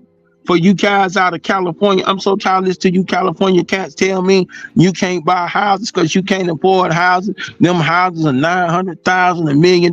Let me tell you something. 1964 Transportation Act. Let me explain that to you. When they put in 210, huh? The 1964 what was it? Okay, Transportation Act. Go ahead. What it is the Interstate Transportation Act. What it says is this: they cannot sell any land that's owned or been eminent domain by the state for the highway system.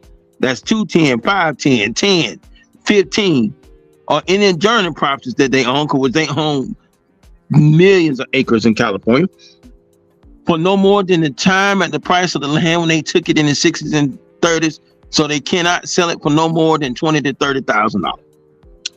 So how this works is there are a lot of houses in California that cannot be sold for no more than $20,000 to $30,000. And if you want to see them, if you go to something called Caltrans, California Department of Transportation, Caltrans, look at the bottom of the website, you'll see a plat for properties that they selling all around the state of California that they took in the 60s that they can't sell for no more than $20,000, $30,000. If you're a real estate investor, you're supposed to know that. Right. Why are you paying $200,000, $300,000 for a lot?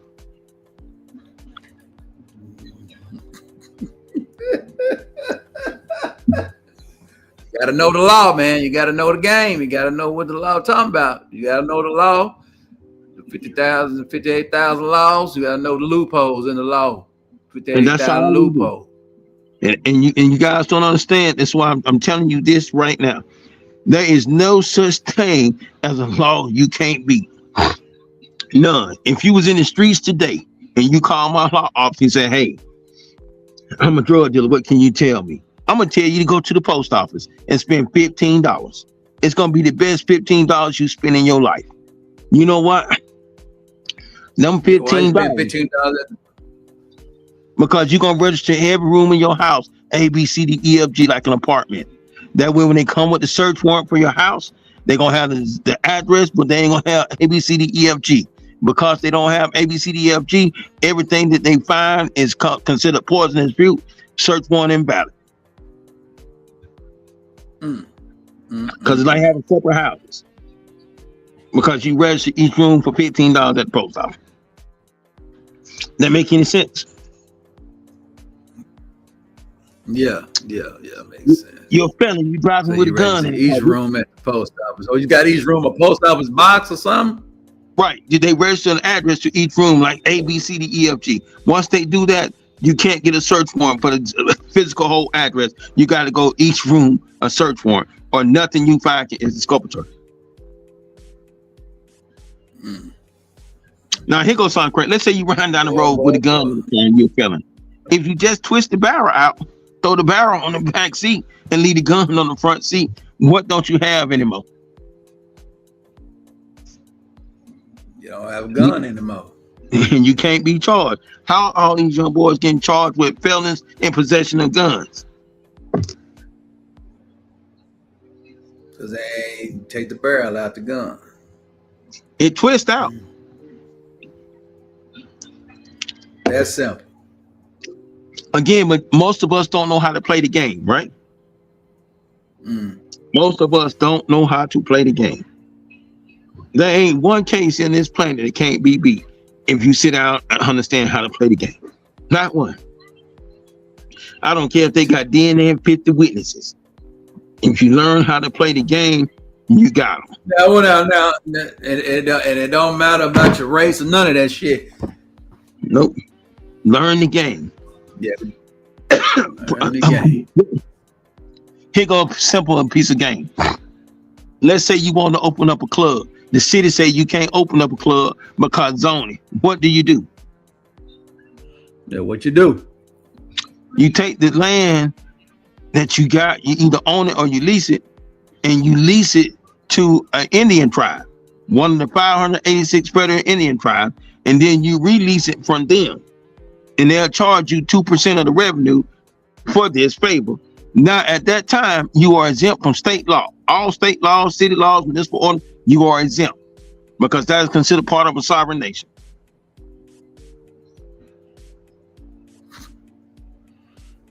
That make any sense? You can have your club, and your club be open up. And there ain't nothing the state can do about it. Because any land owned by a federal Indian tribe, or leased to a federal Indian tribe, is considered an annexation to that federal Indian tribe.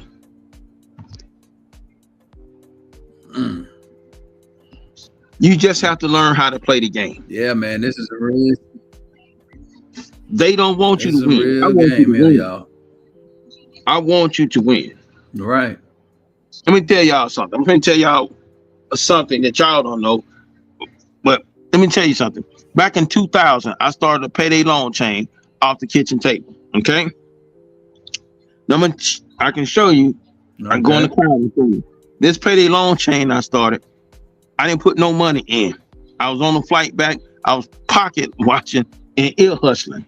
If you know what those things mean, I was watching these rich guys in first class talk about what they were doing. So I listened to the guy, and he was telling this other guy. So I put my phone up over my head like that and snapped a picture of the piece of paper that he had, that he was reading, so I could see it with the phone. It listed all the banks in America that did payday loans, that did front money for payday loan companies. Now, I'll show y'all something. I called the bank, County Bank of Boho 2 Robert. They sent me a 3-page packet to fill out. They told me to put my payday loan information, I'm in the cloud on something else I can show y'all, on their application and just circulate it. And every time a customer come in, they would charge $3 for 30 days on the money. Anything over the $3 was my money. So payday loans are every 2 weeks. We were charging 30% on every 100 for every 2 weeks. So I was killing it on the bank money because the bank was only charging flat $3. Now, that may sound like some nonsense, but I'm finna show you. I'm in the cloud, so give me just a second to pull it up for you so you can see it. But this is the funniest thing about that, right? So I didn't have a bunch of locations at first. So I went to all these mom and pop businesses, you know, the beauty supply stores, the little barbershop, and I asked them to do payday loans for me. And all they had to do was fax the application in. And the bank would put the money in their checking account and ACH it out. All they had to do was fax the application. Now, everybody thought I had lost my mind. 2 years, I had 300 locations. Third year, these Cash Express came to me in Suncoast, offered me $300 million to buy me out. Because they didn't want the competition. I took the money and an equity stake in Suncoast and Ace Cash Express, and now I'm a minority owner in those. What I'm telling y'all, I'm finna show you. 1 second and pull it up so you can see. And this is what I'm telling you. You don't need money. You just need knowledge. Knowledge will always make you rich. If knowledge don't make you rich, then I'll be full of shit. And I'm not full of shit. Here we go. I don't know if y'all can see that or not. But as you see my stuff on the top of that, and you see the bank information in the middle, all they would do is sign this piece of paper, fax it to the bank, tell me how much they need. And guess what? The bank would charge them $3 a month, and the rest of the money would be mine. So I would normally make off that like $50 a month off just sending this piece of paper in. And then I started doing splits with the mom and pop stores that were carrying the loan product for me. Like I said, I went from 0 location to 300 locations.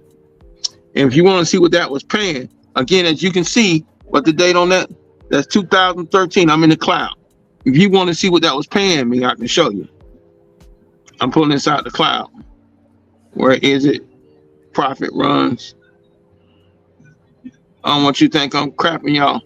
But when I was doing payday loans, I was doing $2.5 million a month on somebody else's money.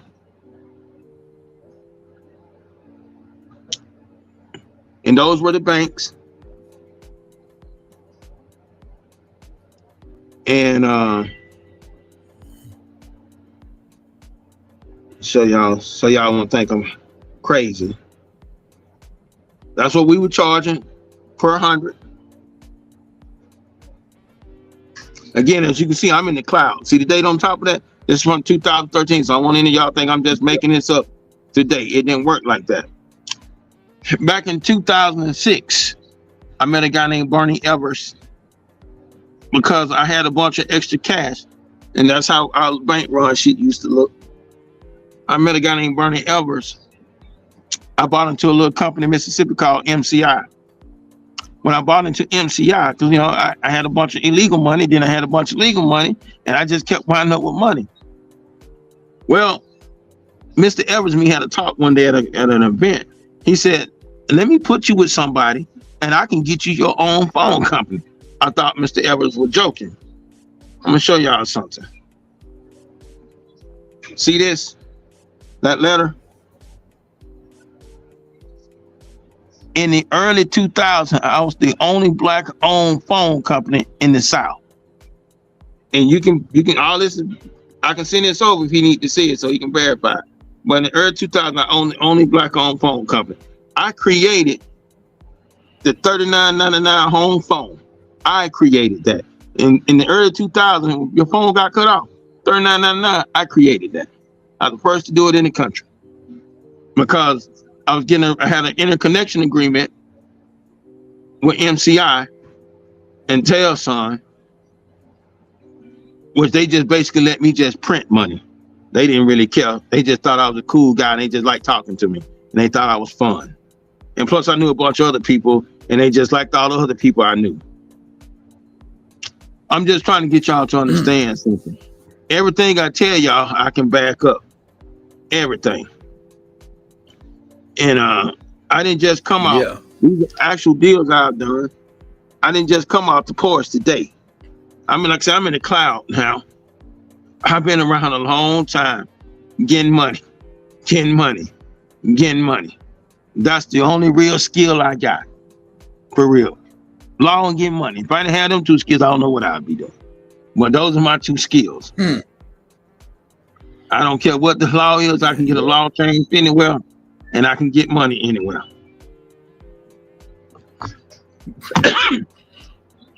So, yeah, go ahead. I'm talking. I'm listening.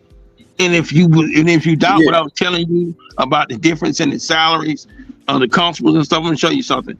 There's an old article. Again, this is in the cloud.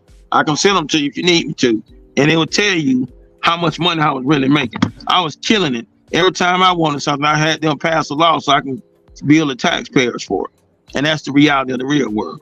Once I learned how to play the game, I was in it to win it. And don't get me wrong, I still play the game because I'm still in it to win it. Most of you don't even know that you're being finessed. The day you go to the bank finessing you, your mortgage company finessing you, your finance company, your credit union, they're the biggest finessers on the planet. If you don't believe me, let me show you something. You see that? Y'all see that, right? That is a Porsche, right? Let me see. Right. Okay. I don't know if you can read it. I can blow it up so you can see. See what the top say? Yeah, Empire Mortgage. Let me tell y'all how the mortgage game go. Mortgage banks, they tell mortgage brokers, if you put the screws to them, we'll give you a Bentley, Porsche, Ferrari.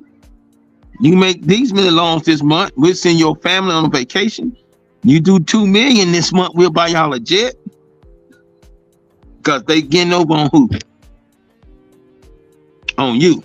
The people. You think the mortgage banker, your friend, he's trying to get one of these Porsches or one of them jets or one of them mini mansions. And see, if you look close, let me show y'all something. See where it got down here, this little percentage thing? Ain't your friend now. See down at the bottom, they got like a little percentage thing. Tell you how many mortgages you got to do to get a bonus of $1 million, And at what interest rate? If you get them at this interest rate, you get $1 million bonus. Banking is the greatest scam they ever made for a guy like me. because I come from the street hustling. And when I found banking, I thought I had found the lottery, because it's like the lottery. You make all your money, nobody has no clue how you make money. Yeah. Legalized loan sharking. Yeah, legalized loan sharking. That's all. Interest. And that's what I tell people, brother. Yeah. I tell people points, percentages, rollback, flip backs. It's just all kind of, it's if you are here, and this is why I tell everyone, if you're not making $1 million a year right now, get at me. Let me help you. Let me help you get there, because it ain't hard. If you can listen, I can get you there. I can really get you there.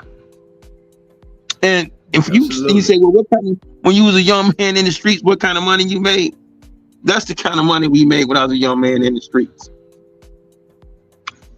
You can check the date on the top of this, so you know I ain't capping. This, we in the cloud. We were doing 50,000 a piece, me and the boys, because it's just too much easy money. And I'm not trying to advocate anyone to go to the street. I'm just trying to get people to understand. If you want to be rich in 2026, there's so much legal money out here now. It is crazy. Crazy. Tell me what you can't make. I mean, for real, whether you want to be a podcaster, whether you want to be a cement mason, whether you want to be a janitor, truck driver, there's no reason you still can't make $1 million a year. None. I'm waiting on the best excuse why you can't. On the excuse you can't, you don't know. You don't have the knowledge. Get the knowledge and you can make it. I'm definitely going to get the knowledge. And that's the thing. And you know, I used to have a Facebook page that was loaded down with knowledge, but I said something about some Jewish people, and they took my Facebook pages down. You can't tell the truth about some people. Huh? No, you can't talk about them people. Yeah. No. I had made a comment about how they got. Ain't no scary. No, you can't talk that. No, because when you tell the truth, they get mad. Because most people don't know how they got rich. They're gonna get mad. Right. And if you go check your history, you'll see the majority of them got rich from counterfeit. You know, during World War II, they were the largest counterfeiters. They counterfeited estimated $3 trillion that was unaccounted for. Where that money go? Yeah, the smile hats. Yeah, the smile hats were counterfeiters. I definitely got to do some research. I'm definitely got to look that up. Oh yeah, you can. That's. I don't care. Ours was a counterfeit operation. No, yeah. But I'm not going to talk about that. 'Cause I don't want the podcast to disappear. But right. All I'm just going to say is this. I lived a great life. I made a lot of money. I want all of you guys to make a lot of money. There's no way you can't, right? None. Before I got on tonight, I was on the phone with Wayne Allen Root. He's a good friend of mine. He wrote a book many years ago called Millionaire Republican. I encourage you to get a copy of it. Millionaire so you can learn the strategies. Okay. If you can't find one, let me know and I get Wayne. Thank you. I get Wayne Allen to send you one. But yeah, this is y'all. Yeah, I got your information. So it ain't nothing. I know you don't want to talk all night, but give me something that you can't do right now to put $1 million in your pocket. There's nothing. There's so much stuff right now you can do. If you got a car, you can make $1 million. Look at Uber and Lyft. What they own? Nothing. But they make $1 million, right? If I can get you to change the way you do it, you're a millionaire. Now you said you from Alabama. You from Mobile, right? Pritchard, baby, that. No. I'm from Texas. I'm just in Mobile. I'm at Senior Bowl tomorrow. I'm going over there to do some content. Okay, well let me use Mobile as an example. I'm gonna use Mobile as an example. Yeah. There's a lot of money in Mobile. Most people don't know that. Because you know what? Poor people move one way, middle class people move one way, the rich move one way. Now I'm gonna give y'all some free game. Right. When Mardi Gras comes around, don't go to New Orleans. go to Mobile. All the billionaires and millionaires go to Mobile for Mardi Gras. And if you don't believe me, Google Mark Zuckerberg, Mobile, Alabama, and you'll see all the billionaires being in Mobile for Mardi Gras. They don't go to New Orleans because of security problems. Right. It's the same thing. If you want to meet a bunch of rich people, don't go to Vegas. Go to Biloxi, Mississippi. They have the poker shootout every year in Biloxi. They'll park 300 private jets around Biloxi because they be there for the poker shootout. Again, but if you're not rich, you wouldn't know this, right? I encourage every brother and sister I can to move back south, because the South right now is where all the opportunities are, especially if you're Black, Hispanic. All the opportunities are in the South. If you can't make $1 million in the South, I just don't know what to tell you. I mean, I really don't, because they literally about giving you money. That's right. And I say this to say this. I told a young lady this the other day, and she was shooting videos. And I asked her, I said, how much you get paid to do videos? She said, well, people don't want to pay. I said, did you contact the State Department of Tourism? She said, what do you mean? The state would give you up, depending on what state, anywhere from $1 to $2 million to shoot video content. If you're doing a podcast, the state would give you anywhere from $50,000 to $100,000 per episode of your podcast if you're talking about stuff in the state. Most people don't know that. It's part of the Department of Tourism budget. They also don't know that the State Department of Industrial Relations, if you shoot videos talking about recruiting industry to their state, they'll throw you some money. You can make $1 million just shooting videos talking about little stuff in your state. Again, we don't know because ain't no one told us what the money is. All they do is just get you to chase the dog, and you missing the money. And that's why I say that, and hey, look like America's Game Show gonna be shooting some content. Look like I'm gonna be, I ain't worrying about nothing. I ain't worrying about no game that's been put here tonight, because I just found something right. Are you guys so I will be in contact with Mr. Wright over there. Yeah, I'm gonna hit you up. I'm gonna definitely let everybody know. Go ahead, man. Listen to this. If you want to start a business and you ain't got no money, go to the next state, get a business license, contact that State Department of Industrial Relations, and tell them you're going to bring a business to that state and create 10 jobs.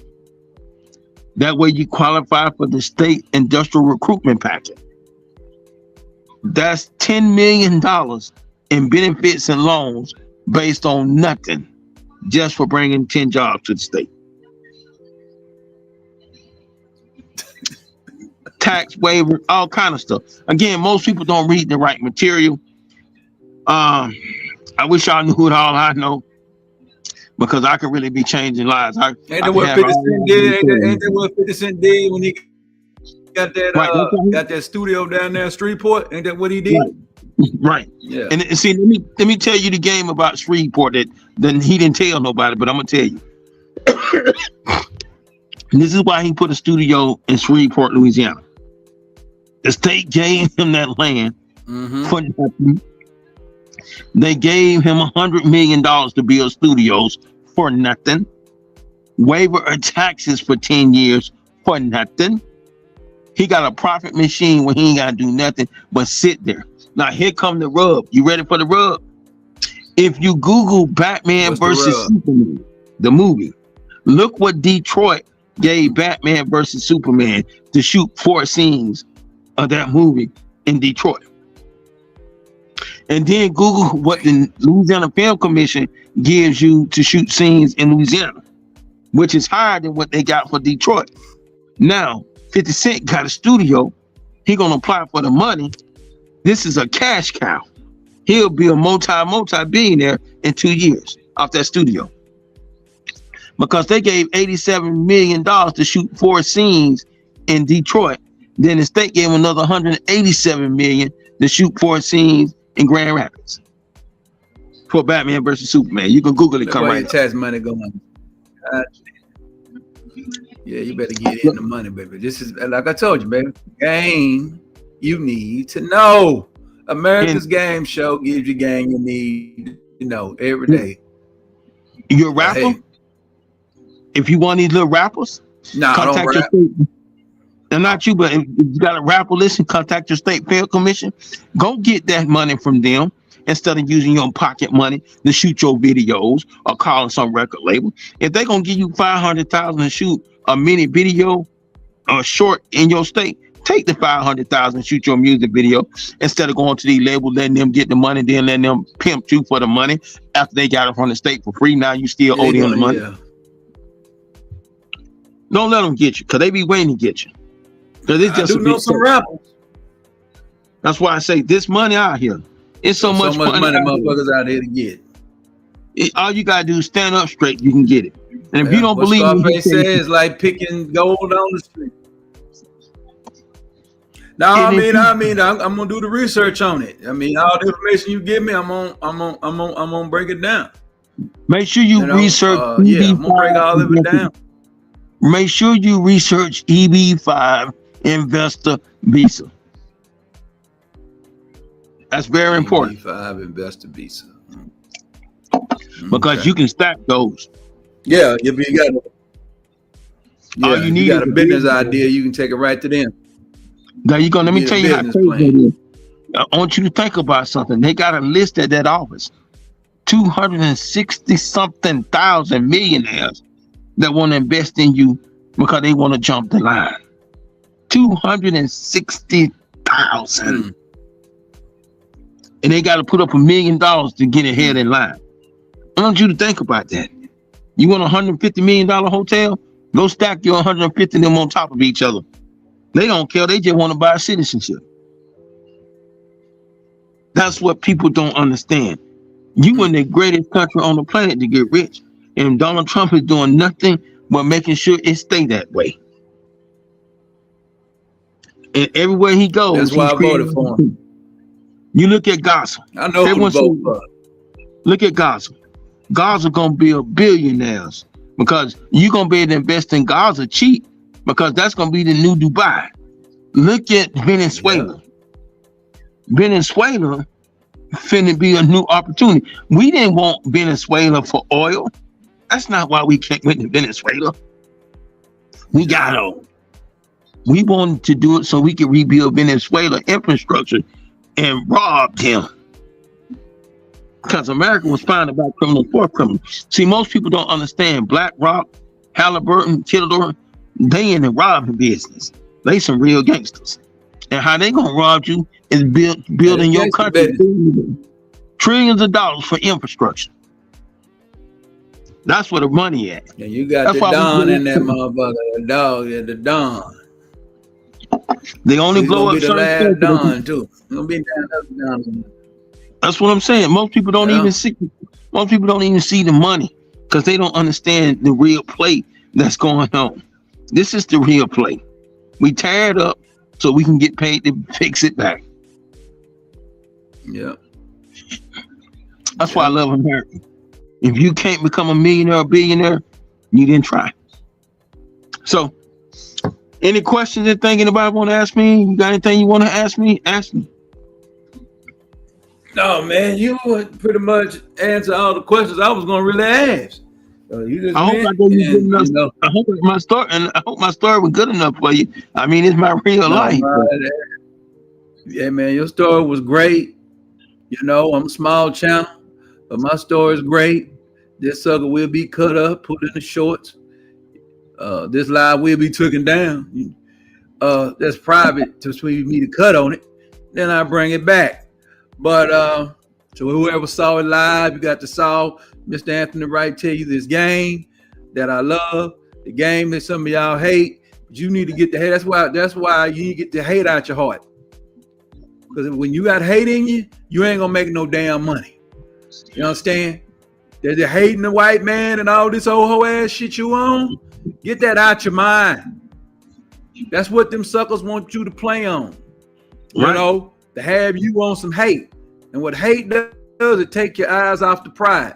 Instead of hating, you need to accept the hate. You turn it into competition and competing.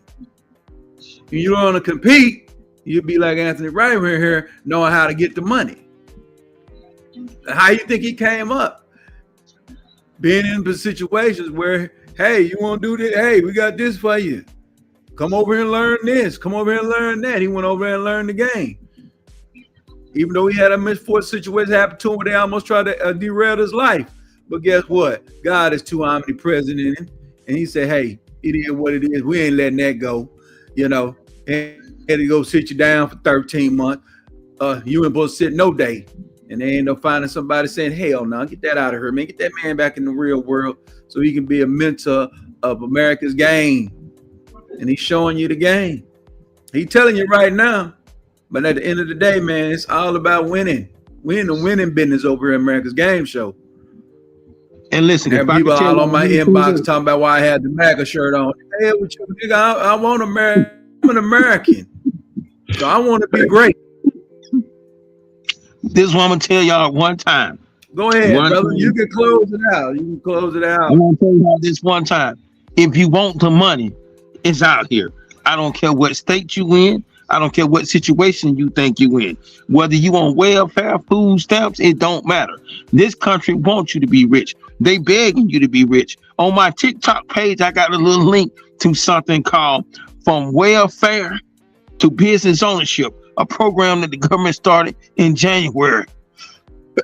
You take this list 6 classes, they'll give you up to $2 million. No credit check, loan from the government to start a business, coming from public assistance to business ownership, just like they did with Section 8 to home ownership. This country wants you to be rich. Stop running from the money. Go get the money. Stop acting funny and go get you some money. Go get you some money. Quit acting funny and go get you some of this money. Y'all over here fighting for y'all. Hey, man. Like Pimp C said, y'all over there fighting for crumbs and the bread truck right over there, and you can walk up and get in the bread truck and drive off with the bread truck. You want to go out here play crumb games. Go get to the bread trucks, man, and go on and run. Rip and run. That's the name of LSC. Rip and run. I'm ripping and running. It's a motto. I'm ripping and running. What that means, I'm going in here to get what I'm going to get, and I'm gone to the next lick to hit. Legal licks to hit. Y'all quit playing with this game. Y'all quit disrespecting this game. Being omnipresent with this game in your mind. Kill that acid situation, destroying your body and the mind. Get that bullshit out you, because it ain't sending you nowhere. But we're going to go and make Mr. Anthony Wright enjoy the rest of his night. You know, he probably got some more game to go put on some other podcast somewhere. But America's Game Show is gladly was blessed tonight to have a brother like no other named Anthony Wright, the banker, to come through and grace mine, being my inaugural interview on my platform. You the first interview I ever had on my platform, sir. And hey, I appreciate it, brother. That's how it goes. You know, one weekend you free, I'll send a jet to get you. We can do another podcast, and we can do it at my house in St. Thomas or something. And let you see what the game gonna bless me with. Oh yeah, we're gonna definitely keep it up with you. I'm definitely gonna hit you up and take the information you got, and I'm gonna practice it. Because God damn it, that's time for me to get rich. They told me I was gonna be rich. I'm gonna say this. My grandmama told me this a long time ago. She said, "Boy, you're gonna get rich one day." I said, "How am I gonna get rich, mama?" Nigga, this is how she's talk. You're gonna run into somebody that got some information. And you're going to be the right person that got the information that makes some damn sense. And you're going to follow the information. And you're going to go on about your business and you'll be rich one day. You ain't ran across nobody. Because you're going to get a little older, Prince. You're a little too crazy right now in your 20s and your 30s. You're a little too wild. So you're going to have to get right there in your 40s and 50s. And then you get up there and everybody going to want to deal with you. And that's what's happening now. I'm up. I'm getting a look raised on me now. People want to deal with me. You know, I ain't running around with the dreads and bald now. You know, now y'all want to deal with me. Y'all don't care about me talking crazy. And guess what? This is one of my mild lives. So far as me is concerned, because I told y'all what this game show is about. The guest is the star of the show. It ain't about me. I'm talking because I'm finna shut it down. It ain't about me. It's about the information. I let the information go omnipresent. Let it go out and let it resonate in the people's minds. And we don't care about the skeptics. We don't give a damn about you. because you don't give a damn about information about being better. You just still want to be blaming Trump for your downtrots and all this old bullshit. And Trump is out here doing shit to put money in your pocket. You just got to go and apply yourself. You got to apply yourself and then commit to what you apply. Somebody gave you a job. No, ain't nobody gave you no job. You had to go apply for the job. You got to go apply for these things. You got to put your mind to it, and you got to walk in the door, and you got to walk in there with confidence that it's already yours. And ain't no denying me. That's how I got my truck, and how I got back in 98. When I got in the truck, I walked in there in the place, and somebody told me about, well, we ain't gonna help you. My grandmama said, hold on, who in the hell is the school? Well, what that matter? I said, it doesn't matter to you, it matters to me. Who's the school? We got the school. The school turned me on to the Bush initiative called Rehabilitation Commission. I'm in trucking ever since, right? Now it's time for me to move on to something bigger because I got some more information and finna do better. But I'm gonna go on and let Mr. Wright go. I'm gonna shut it down like I always do.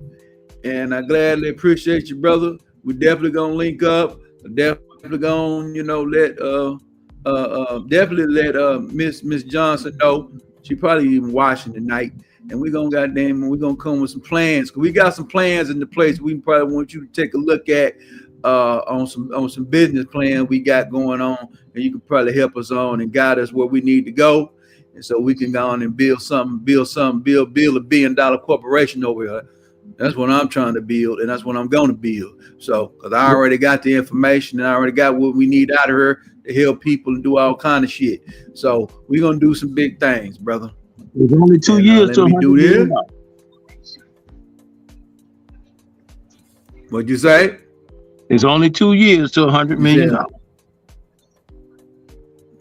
And that go by quick. That go by fast, bro. Yeah, you had 2 years. Hey, it was 24. Now it's 26. That blinked on them up. That's what I'm saying. In 2 years, you can have $100 million in the bank. All you gotta do is stay moving. Keep moving forward. Don't let nobody distract you. Don't let nobody hold you back. Don't let none of these suckers and dusters and busters trick you. Just stay moving forward toward the money. Because the money don't lie.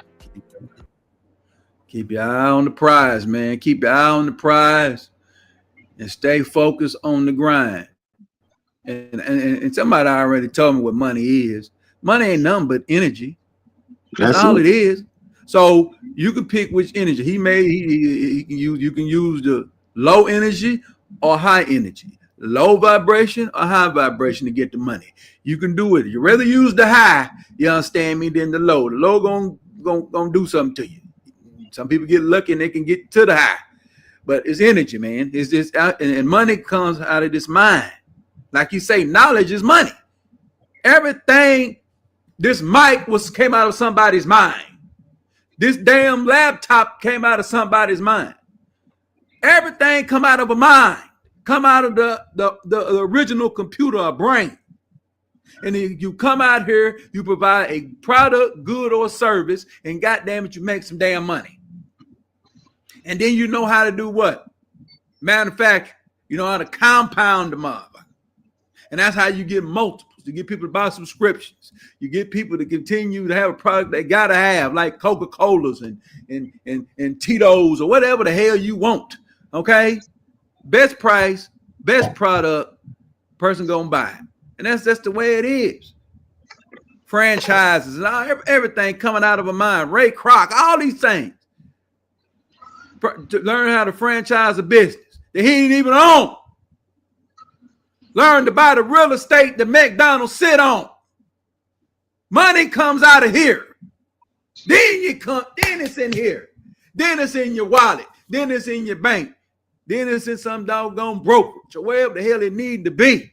It's where it need to be, where it's getting compound interest on. So y'all get real in this game, man, and embrace America's game and embrace America. Because the number one key, when y'all all this old mess y'all talking about the ancestors fought hard for what Anthony Wright is doing, to be able to walk anywhere in this country and get rich. That is what your ancestors sledded bloodshed for. Dumbass, stupid ass niggas. Sorry, I just had to get ignorant a little bit at the end, and that's just part of my stick. But I have to do it. That's what y'all don't understand. And you talking about reparations. You can reparate yourself by this game. He putting you down. That's your reparations. Walk in there and go get the damn money. That's why America ain't giving no money. That's why the white people say, no, reparations. No. They just gonna tell you no. Because they dumbass don't even know they can walk in and get it. The same motherfuckers you complaining about, these white folks, they can't even, they so dumb, just like your dumb ass. Like Thomas Sowell told you, ain't nothing between a nigga and a redneck. You the same motherfuckers. You both talk the same damn talk. And you hate each other. I ain't in the business of really educating you on that. That ain't really my platform. I'm just putting it all in a little bowl. I got to do my job. Okay? Just let y'all pretty much know racism is a race to who gonna get the resources first. You've been thinking it's hate. It's a race to get to the money.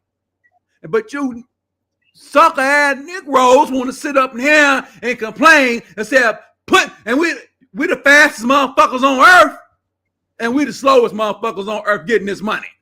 We can goddamn win all these damn Olympics, all these marathons, all these goddamn hurdles, but when it come down to getting some money, we crippled in the motherfucker because you got hatred in the heart for some damn man that don't give a damn. What I told me a long time ago when I'm done, I said, let me tell you something about that white man. My grandmama told me, boy, all you gotta do is show that white man you want to learn something. He give you every goddamn, he give you the book, give you the keys to his car and every goddamn thing. Just let the man know you want to learn. Because the white man he got it, that's his white guilt teaching you something. And that's what he told you in the story about what happened, how he became a cop, white guilt. He told you how he got another goddamn hustle, white guilt. Everywhere he was, white guilt. It ain't white privilege you pimp on. It's white guilt you pimp on. You keep worrying about white privilege when black folks can pimp off white guilt, and you pimp off white guilt by learning a skill, a trade, or some idea to make some money. If you learn how to pimp off the white guilt the white folks have, we won't have any problems in America any damn more. And the problem we got in America is our fault right now. It ain't them. It's our fault right now. You're going to have some unfortunate situations like his story. You get fucked over. But at the end of the day, most of you motherfucking niggas, you fucking over yourself. You know, and at the end of the day, that's all I got to say. This is America's game. I got to do me. I just wanted to let y'all know and empower y'all, man. Suck up this information we put down. This is what we do. Well, next month will be another interview we'll do. We're going to talk some hip hop. We're going to see what I got another man going to teach you some game about the hip hop game for you independent cats. And this man always got some game with the independent cats. He gave you some game for you rappers. Told you where they need to go do to get their videos and get money for their videos. To the State Film Commission. The State Film Commission. So that's any state in America that you at, and you're an aspiring hip hopper or aspiring artist, and you want to shoot you a video, you go to the what? The state of what? Every state got a film commission. Film commission. So State Film Commission, and submit what you're gonna submit, and then mess around and give you some money. You know, I just say mess around and give you some money. You mess around, go in that bitch and ask for change, and then mess around and give you a bank and shit. That's what's gonna happen. You're like, what the hell? And then you're gonna come back and say, what that racism looking like now for you? What that racist white people looking like for you now? You still believe in it? They giving your black ass some goddamn money for a video, probably ain't worth a damn. I ain't trying to shit on this high side, but who knows? And you're an independent artist too. Shit. But we're gonna get out of here, man. We're gonna let you go, Mr. Wright. We're just gonna shut it down. We're gonna leave together. We're gonna go off with the, you know, I gotta make this a little better, but you know, with the theme song, America's Game Show, because that's what it's about. And I got some friends that might work out as guests on some of your shows. You know, I'm good friends with Charleston White. I was on his show when he first started out. I used to do all his shows with him in the beginning. Priscilla. I got a bunch of friends. I know Charleston. I actually know Charleston personally too. Mm-hmm. But then Charleston called me Pete. Charleston will tell you when he first started out, before he blew up, it was always me and him doing his podcast together. before Anthony Dewberry got out. Okay. You talking about you was on the Same thing game? with Priscilla. Okay, okay. You talking about the game related podcast? Okay, I know about that. Okay. And then I've been on. I definitely. Yeah. Money Talk, Money Line. I've been on over 300 different podcasts. So, like I said, I'm more than what I got friends everywhere. If you need some guests, let me know because I know some people, and they'll come on your show and do it for me. Man, we don't have no problem ever. Oh no, hey man, we definitely gonna. You just send us in. All you gotta do is you got my. You can contact Q directly and say, hey, I think I got a guest that might want to come on. Just send her the information, and she'll let me know. She's gonna let me know. I'm gonna tell her. I'm gonna tell her tomorrow that we might get some guests, and I just add, and you just send them to her. I do once a month guests. So I do them once a month right now until I get situated, and then I start doing. I ain't gonna do no more than 2 a month. Even if I even if I was at home every day, I ain't doing no more 2 interviews a month. So the most I'm gonna do is 2. So it'll be bi-weekly. I do live interviews. So yeah. So that's what we're gonna do. And just send the information to her and with the people, and we'll definitely put them on the platform. This would probably be the raggediest one I have. Because when I get up, I already got me a damn studio that ain't costing shit. They don't want but $700 a month for this motherfucker. And it's professional like Channel 8. So I ain't worrying about that. I just want to give myself in the monetization, and then I move over there and do that. And I have some fun. But that's what we doing. But we're going to shut it down. I'm trying not to keep you over 2 hours, but hey, I'm going to let you put your information out as long as you can. Like I say, I gotta tell my guests they come on. My guests is not to go over 2 hours unless the conversation go on and you keep going. I ain't gonna shut nobody down, but we're gonna shut it down. This is America's Game Show. We finna get ready, shut it on down. Thank you for having me again.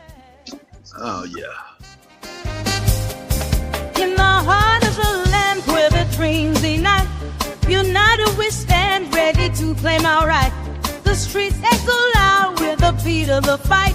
America's game, we're roused to the high. This is our time. The stage America's Game, we always gonna bring this thing. Courage and strength, we take a stride. Together we fight, hand in hand, side by side. Man, we finna get ready to let y'all go, man. This is America's Game. We gave you America's Game You Need to Know from Anthony Wright. Exclusive inaugural interview on the Game Show podcast platform under the Rip and Run Corporation. We letting y'all know what it was and what it is and what it's going to be. That's all we got to say tonight. This has been America's Game Show. What we talk about is the games we love, the games we play, and the games we know. And you already know, I'm Prince Pierre, America's Game Show host. And like we always say, man, LFGG. Let's go. Let's freaking go game. The game is undefeated. The game will always win because it's uncommon information. It's God's anointed message of enlightenment. And you better get with it because we coming up in 2026. We are out. This turns this way.